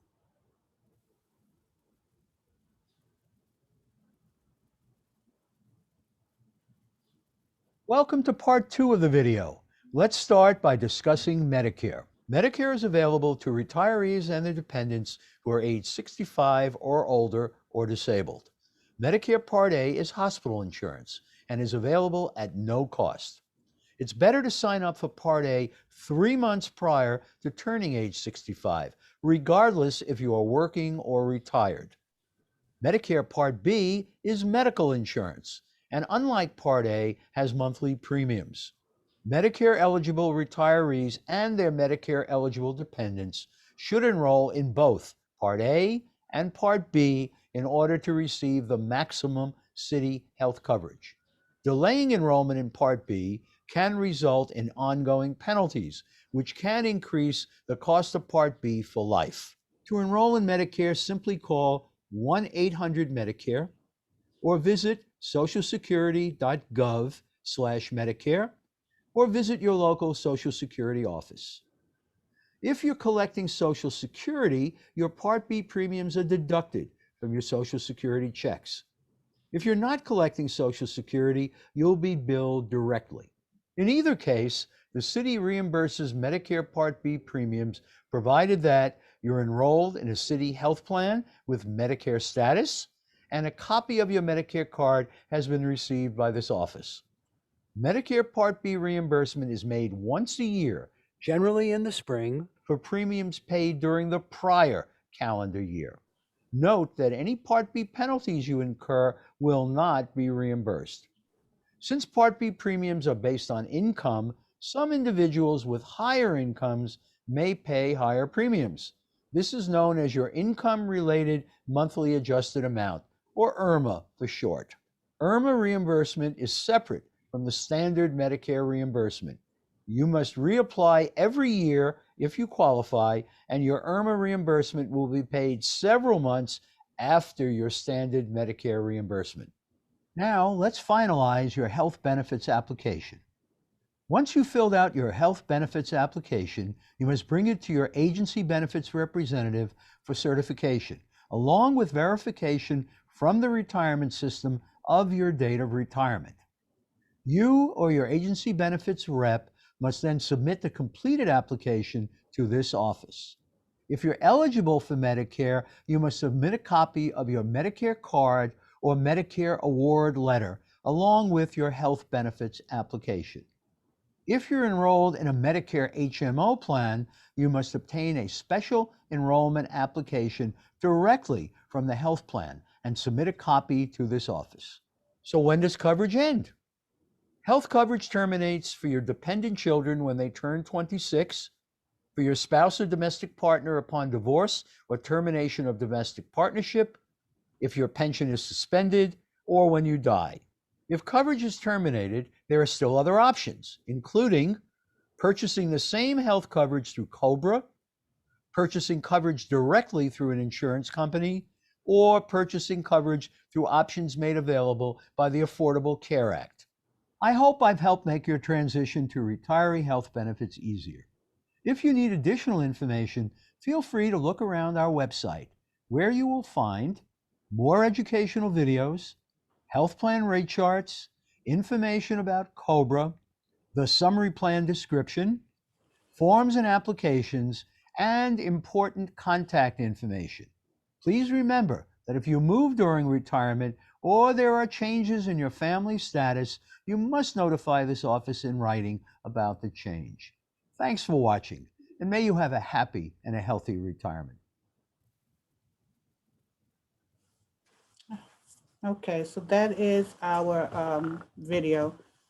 This video, along with other videos that we have pertaining to different things, is all available on the city's website.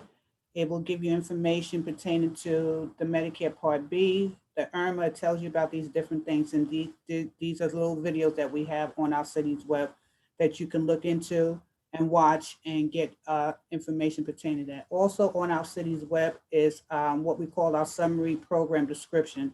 It gives you a listing of all the different health insurance plans that we offer. It gives a brief description of each one, and it also gives you what the current rates are. That way you can make a more conscious decision if you're moving out of a service area, which plan will best suit you and your family needs if you're looking to change from out of one plan to the next. Once you have decided that you are going to retire, you must complete a health benefits application that is done through your HR department. Once you have completed that form, it's submitted to our office for processing. For those of you who are eligible for Medicare, as active employees, if you're 65 years of age or older and you're currently working, you do not need to apply for Medicare. But once you retire, you must do so. If you happen to have a spouse that's younger than you and is not eligible for Medicare, their plan their coverage that they had underneath you as an active employee will still remain the same. It's the person that's eligible for Medicare where their plan will change slightly. If they happen to have GHI currently, Medicare will become their primary, GHI secondary. For the spouse who's not eligible for Medicare, GHI will still remain as their primary insurance. If you happen to have dependents that's on your policy, that's not a spouse, talking about children, they all are covered up until the age of 26.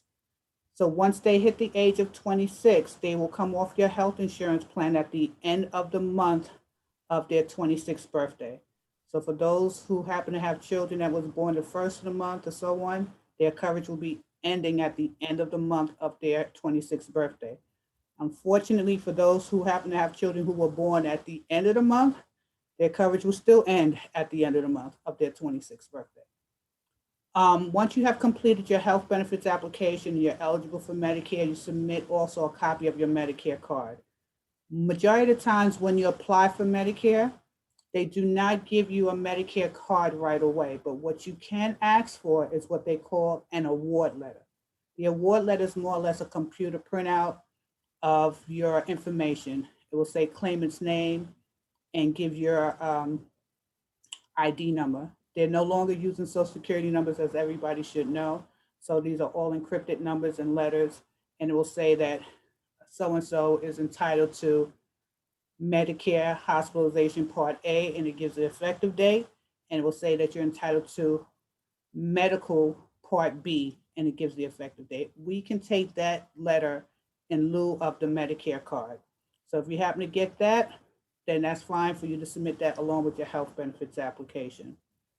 In regards to if you happen to have a spouse who also works for the city of New York and you wish to remain on their health insurance plan and they're actively employed, you still would need to complete a health insurance application to waive your city benefits. So that way, at any given time, if you wish to pick up your own city health insurance coverage, you can do so by completing another health benefits application, but we already have all the necessary information pertaining to your retirement in our system, and all we have to do is just key the information in, okay? As far as what we're talking about, waiving the option, that's if you want to waive your health insurance plan, you can do so. If you want to add somebody onto your health insurance plan that was not on your health insurance coverage when you were actively employed, you can do that, but we need all the necessary information, whether it be a marriage certificate and so on. You can add that person on at the time of your retirement. If you did not pick up health insurance coverage when you were actively employed and wish to do so upon retirement, as long as you meet the required criteria for health insurance benefits, yes, you can pick up your health insurance benefits at that time. Regarding the Medicare Part B reimbursement, once we have established you into the system and you have a health insurance plan, you will get the Medicare, and we have your Medicare information on file, you will get the Medicare reimbursement the following year in the spring. However you're going to receive your monthly pension check is the way this benefit is given to you. So if you're going to have your monthly pension check direct deposited, this is how it will be directed into your account. If your pension check is going to be mailed, that's how you would get it. If you are going to not pick up health insurance, and for some reason you pick up the Medicare Part B, you will not have be able to receive that Medicare reimbursement, because the criteria is that you must have a health insurance plan affiliated through the city of New York as a New York City retiree. So if you're looking to get that benefit, you must have health insurance coverage as a New York City retiree.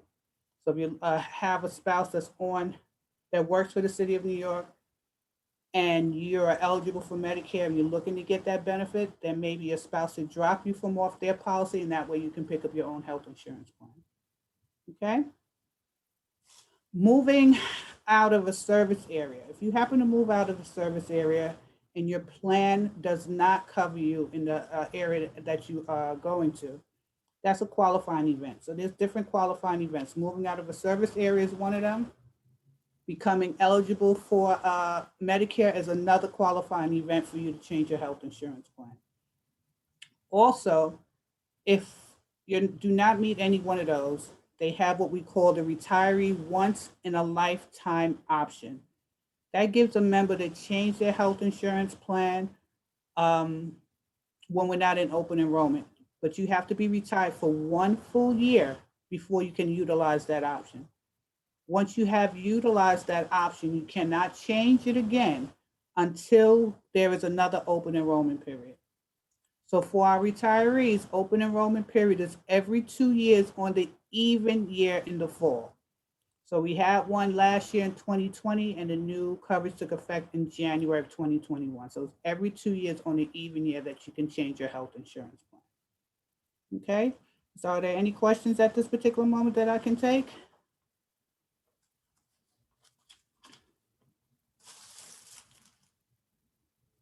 Should we go through the chat and just, Judith, I can send them to you as I see them? Okay. Let's see. I did not get where we hand in the health benefits application. That's easy. That goes to your campus benefits officer.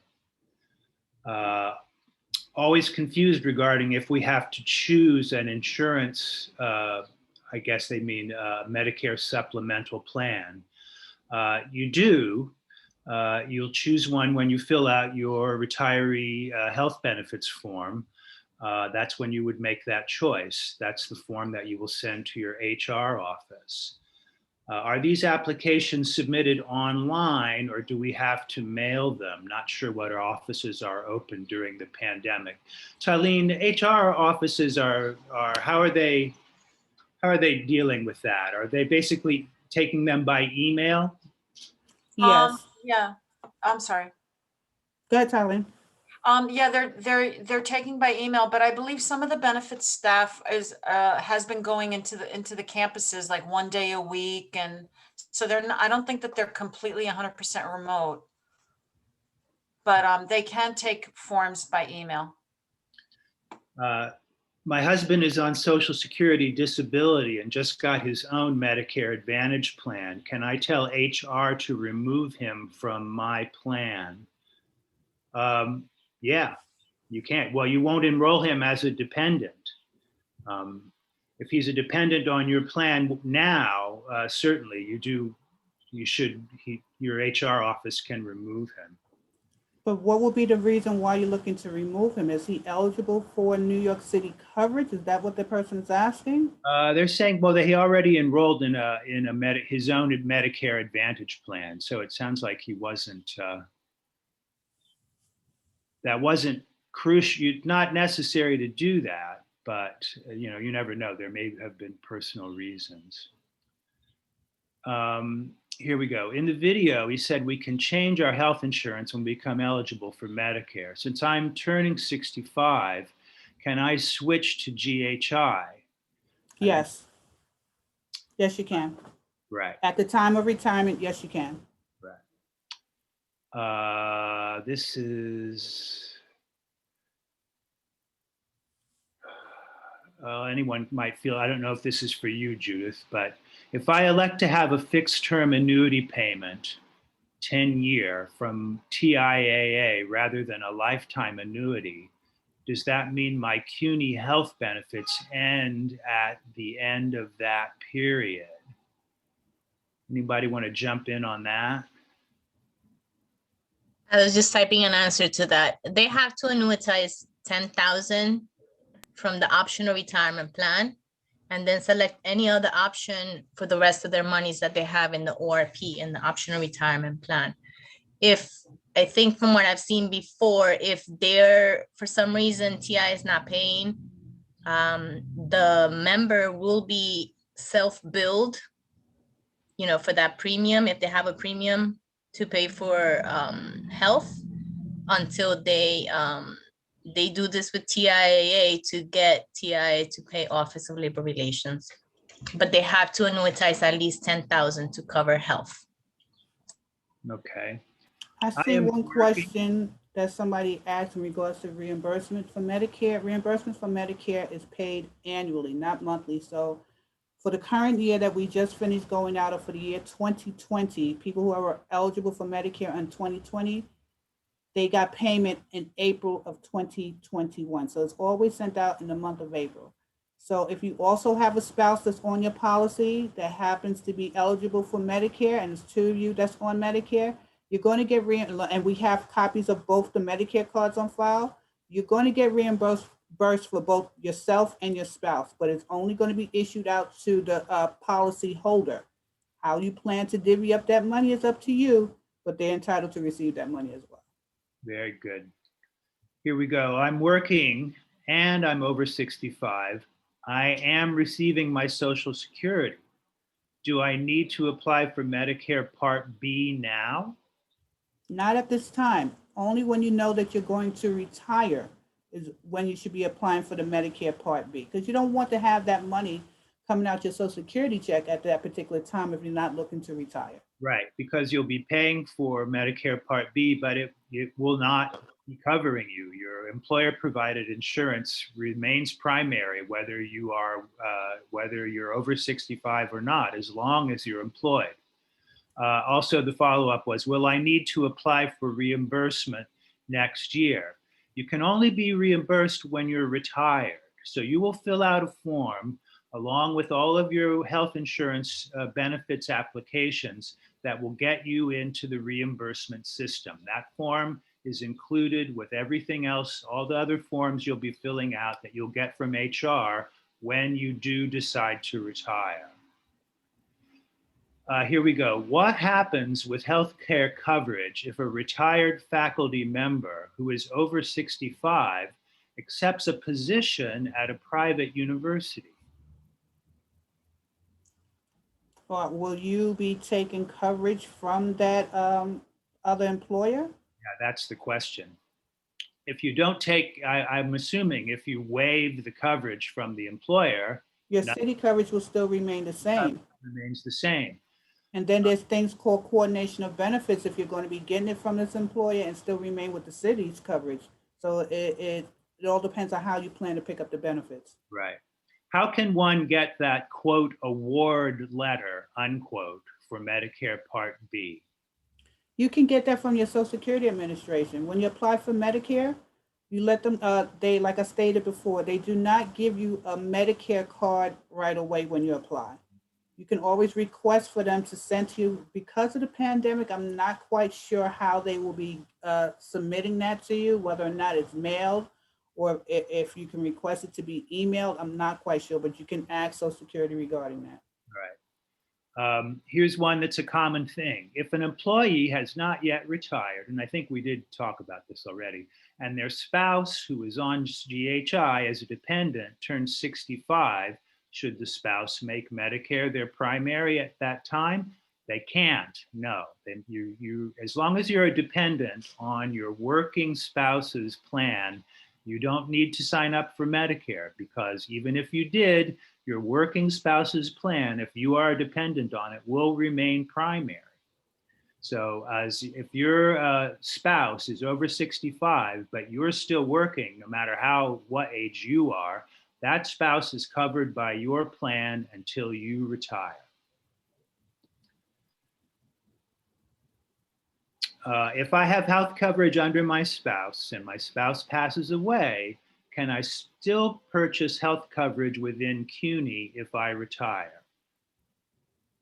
No. You could COBRA it at a cost, but you're not buying it from Cuny. You're COBRAing it from the city of New York. And you probably would do better to get your own plan, because the COBRA rates are not inexpensive. at 102% of what the city share is. Right. And so it's a lot of money. What is the New York health plan that retirees must be in for Medicare B reimbursement?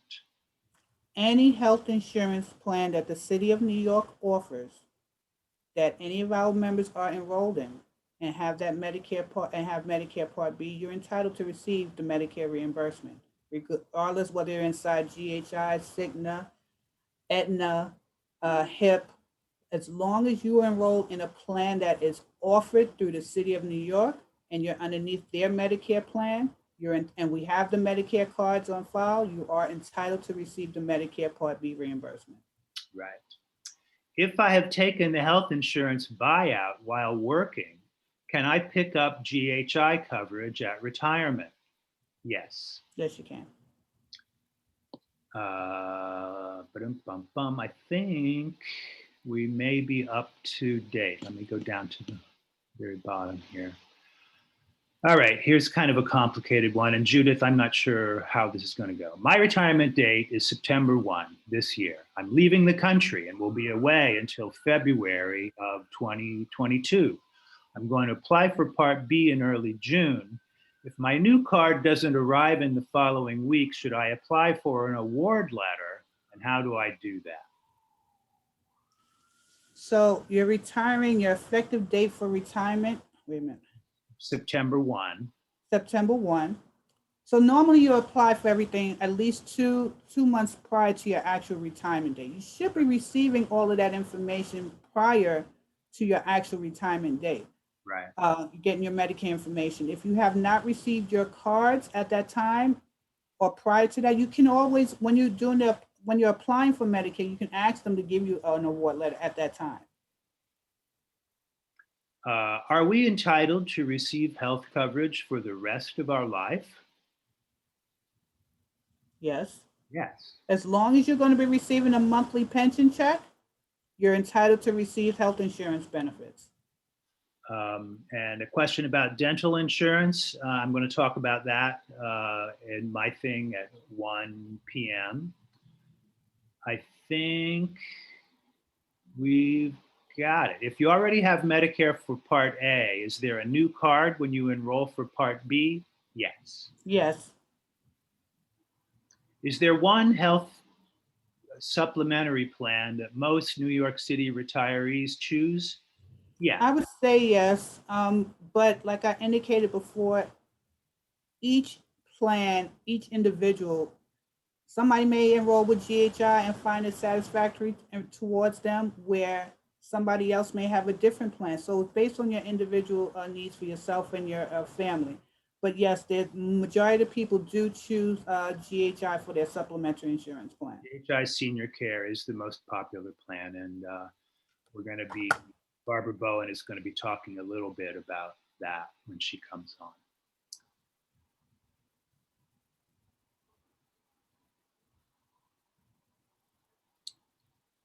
Does Medicare reimburse anything for doctors who do not accept it?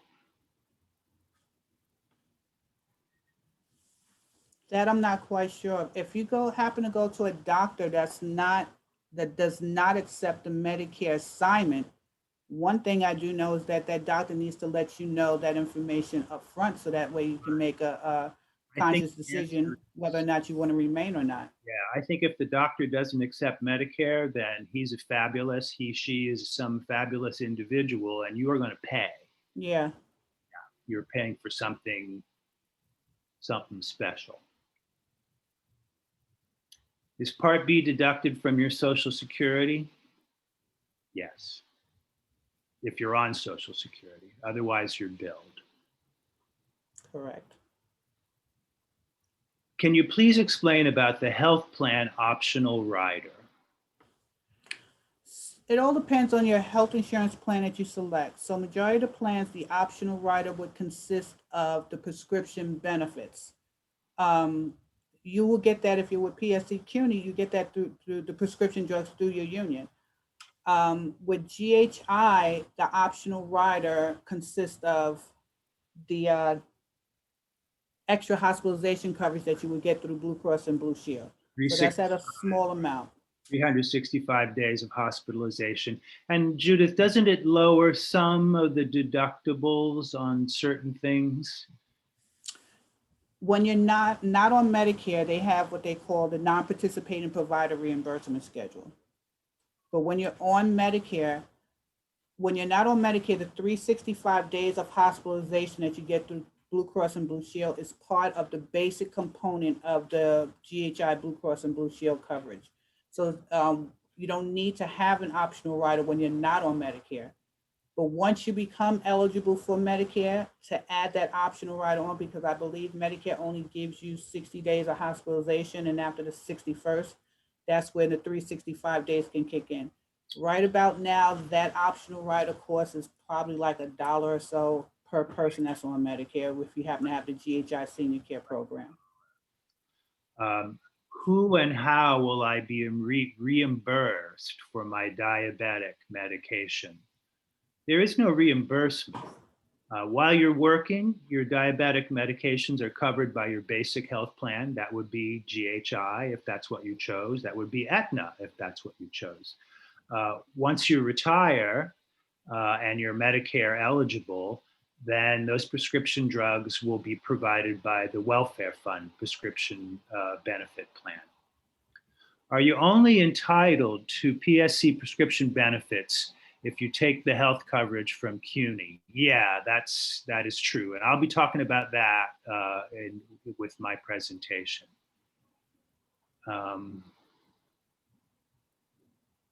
If you have TIAA and elect not to receive payments until age 72, are you still eligible for medical insurance?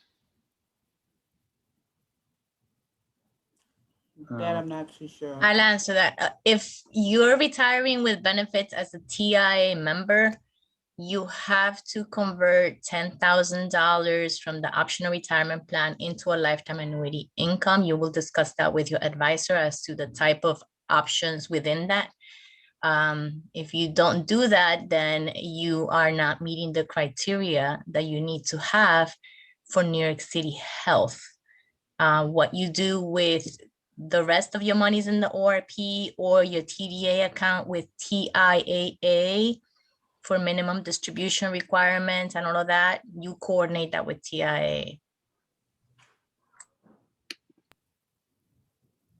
And did we talk about this? I'm not sure. If a Medicare recipient is also a dependent on the spouse's plan on a company with more than 100 employees, which plan is primary? I think it has to do, Judith, do you know? I think it relates to the birth date. Yeah, it does. So it's the older of the two people. Correct. I think that's how it works. Yeah, the older of the two That people has the plan would be primary and the other one would be secondary. yeah, that's tricky. I hope that makes sense. What else have we got? If you travel to other states, your health insurance absolutely is in force. Some questions about Medicare Advantage. Those are going to be addressed by Barbara Bowen, and you just so you know, and Barbara's going to have some good, useful information, but there's a lot that's still hanging until they decide on a plan. Did we already do this? Are you only entitled to PSC prescription benefits if you take the health coverage from Cuny? Yes, I'm going to talk about that. Medicare Part A is free. What about B? Yeah, you pay for it. It's deducted from your Social Security, as is Part D. If you have to start taking TRS pension benefits and or Social Security at age 70, but continue to work and have not yet retired, how are the TRS and Social Security payments calculated? Sandra? Can you repeat the question?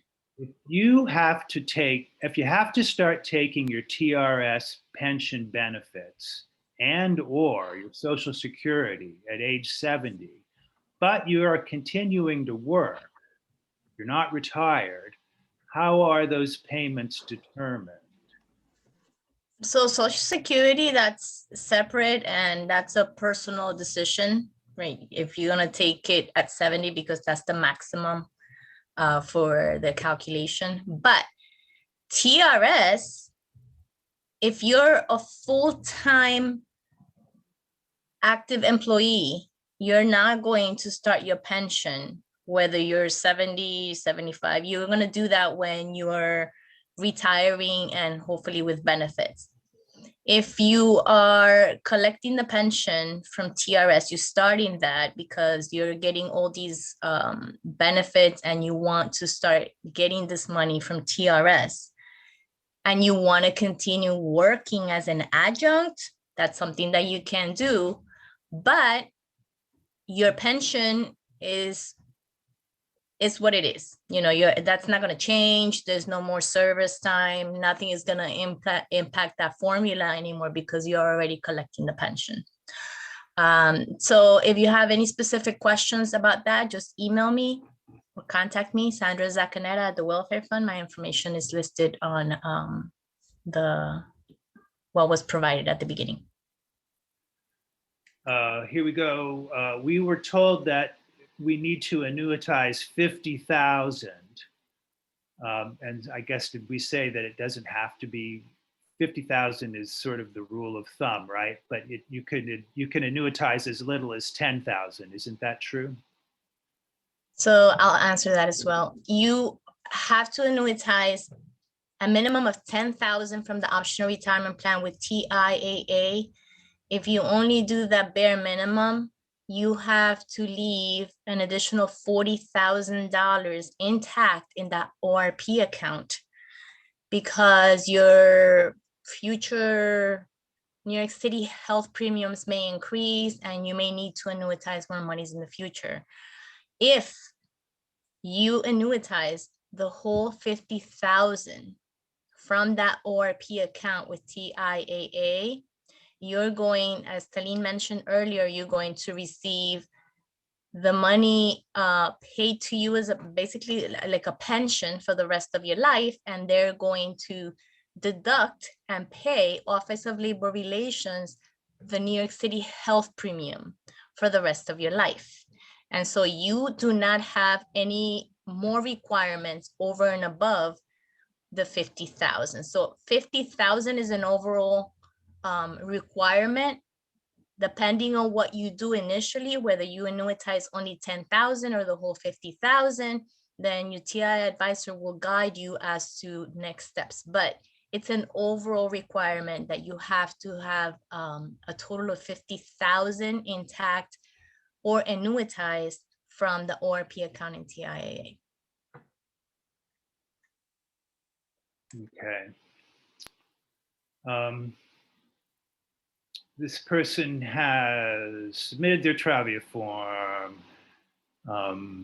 Their last active work day will be October 1st. Travia will take them through to January. When do they sign up for Part B, Medicare?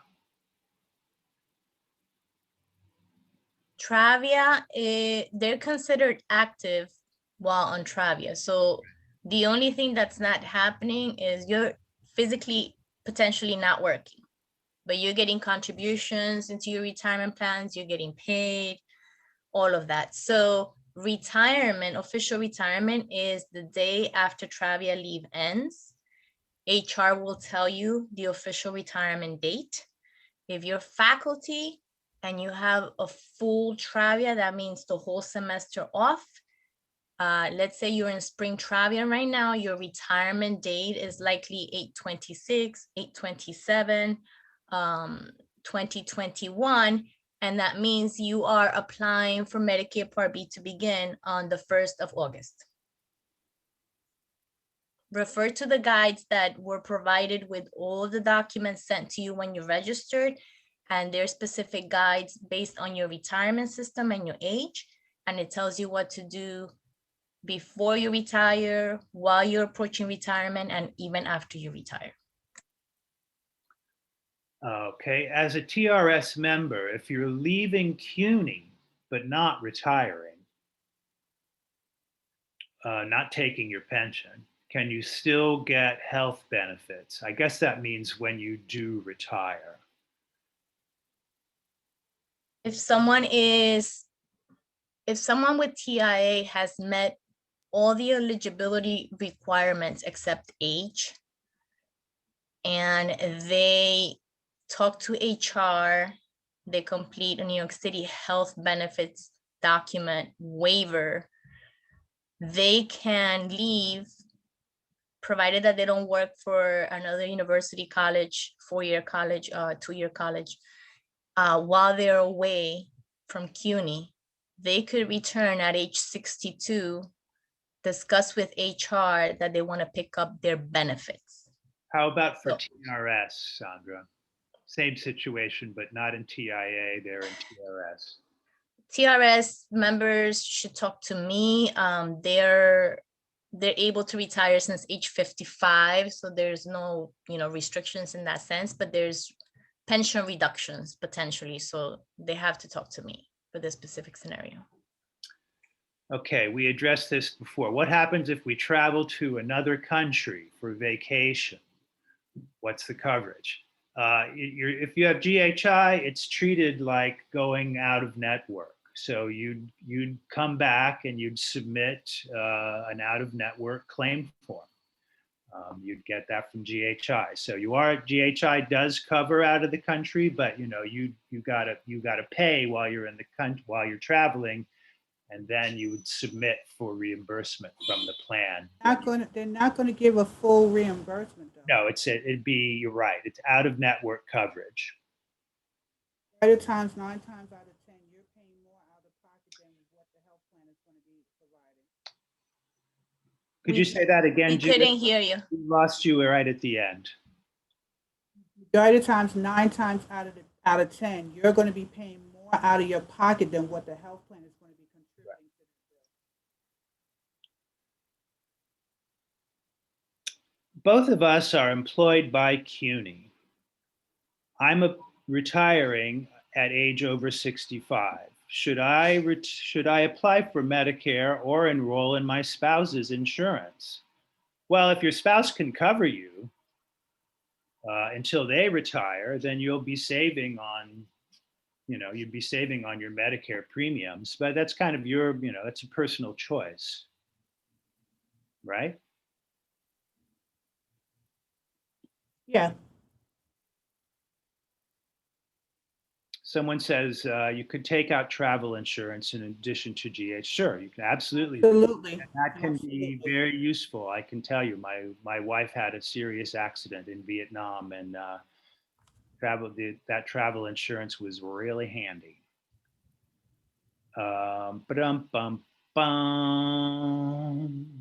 If you only have $50,000 in the TIAA account and you die, what happens to that money? I think that's a Sandra question. If they have TIA and what? They have $50,000 in the TIAA account and then they die. But there's many options for the survivors, so they would contact TIAA, and there's a survivor unit that will walk them through the steps of what the options are with those monies. Okay. Does NICERS require us to annuitize at least 10K? If not, how is the health care cost paid? No, I don't believe that NICERS does that. Your health insurance benefits is if you have a premium, it comes directly out of your pension check. There you go.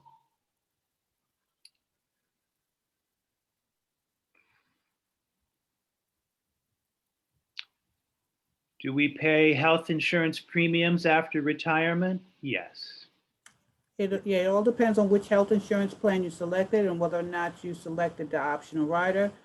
Aetna, Cigna, Empire, just to name a few of the plans. The state of New York does pay majority of the cost of the premium, but you as the member are also responsible to pay some portion of the premium.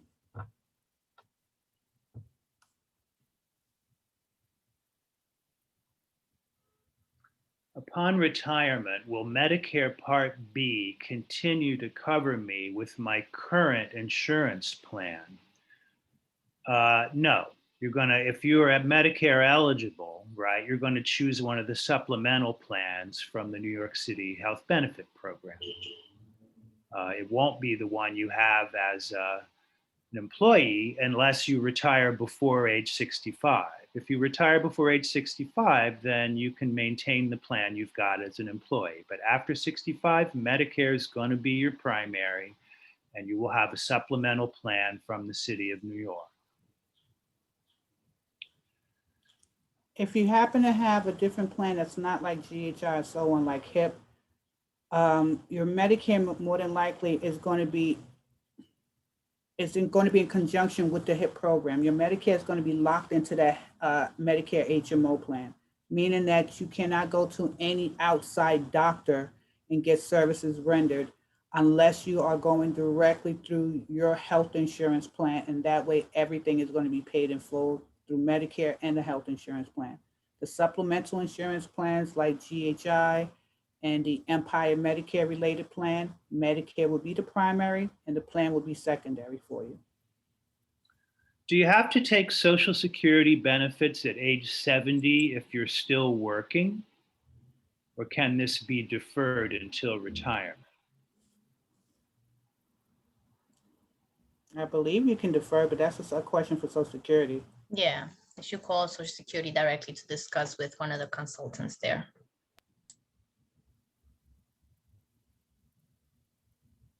If you move to a different state after you retire, will GHI Emblem Health still cover you? Yes. Many of our It's yes to a certain extent. It all depends if you're on Medicare, most definitely, because Medicare is the primary. Right. If you're not on Medicare, the further you move away outside of the tri-state area, it does get harder and harder to find participating doctors that accept the GHI plan. GHI will allow you to go to an outside doctor, meet a deductible, and then they will reimburse you based on their schedule of allowance. If I die before my spouse, can my spouse then call on UFT for health care? He's now on my plan and he's over 65 and retired. As long as your spouse is eligible for Department of Education retiree benefits, then that spouse can do it. That's all about his eligibility from his work record. What are the Medicare and GHI deductibles? I'm not quite sure exactly. Each year the deductible does change with Medicare. Normally Medicare will send out a handbook that says Medicare and you, and then tells you what the deductible would be for the year. Normally you do, I would say about a little over about $200 deductible that you have to pay for the Medicare deductible once that has been satisfied. Then Medicare pays the 80 and the health plan picks up the 20. Does the healthcare premium get billed to me directly or through my annuity? That's what that annuity is for. That's the healthcare premiums would come from that annuity that you've set up.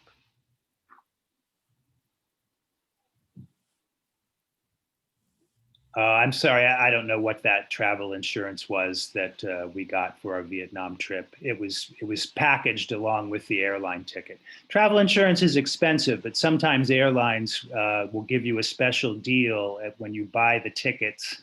They have a deal with the insurer and you get a break on the rates. So if you are traveling and once the world opens up, presumably, sometimes you can get a break on travel insurance if you buy it right as soon as you pay for your ticket. If you wait, then those rates go up. And I think we are at the end of the pertinent questions here. Judith, thank you. You're welcome very much. Everybody that's retiring, enjoy the retirement.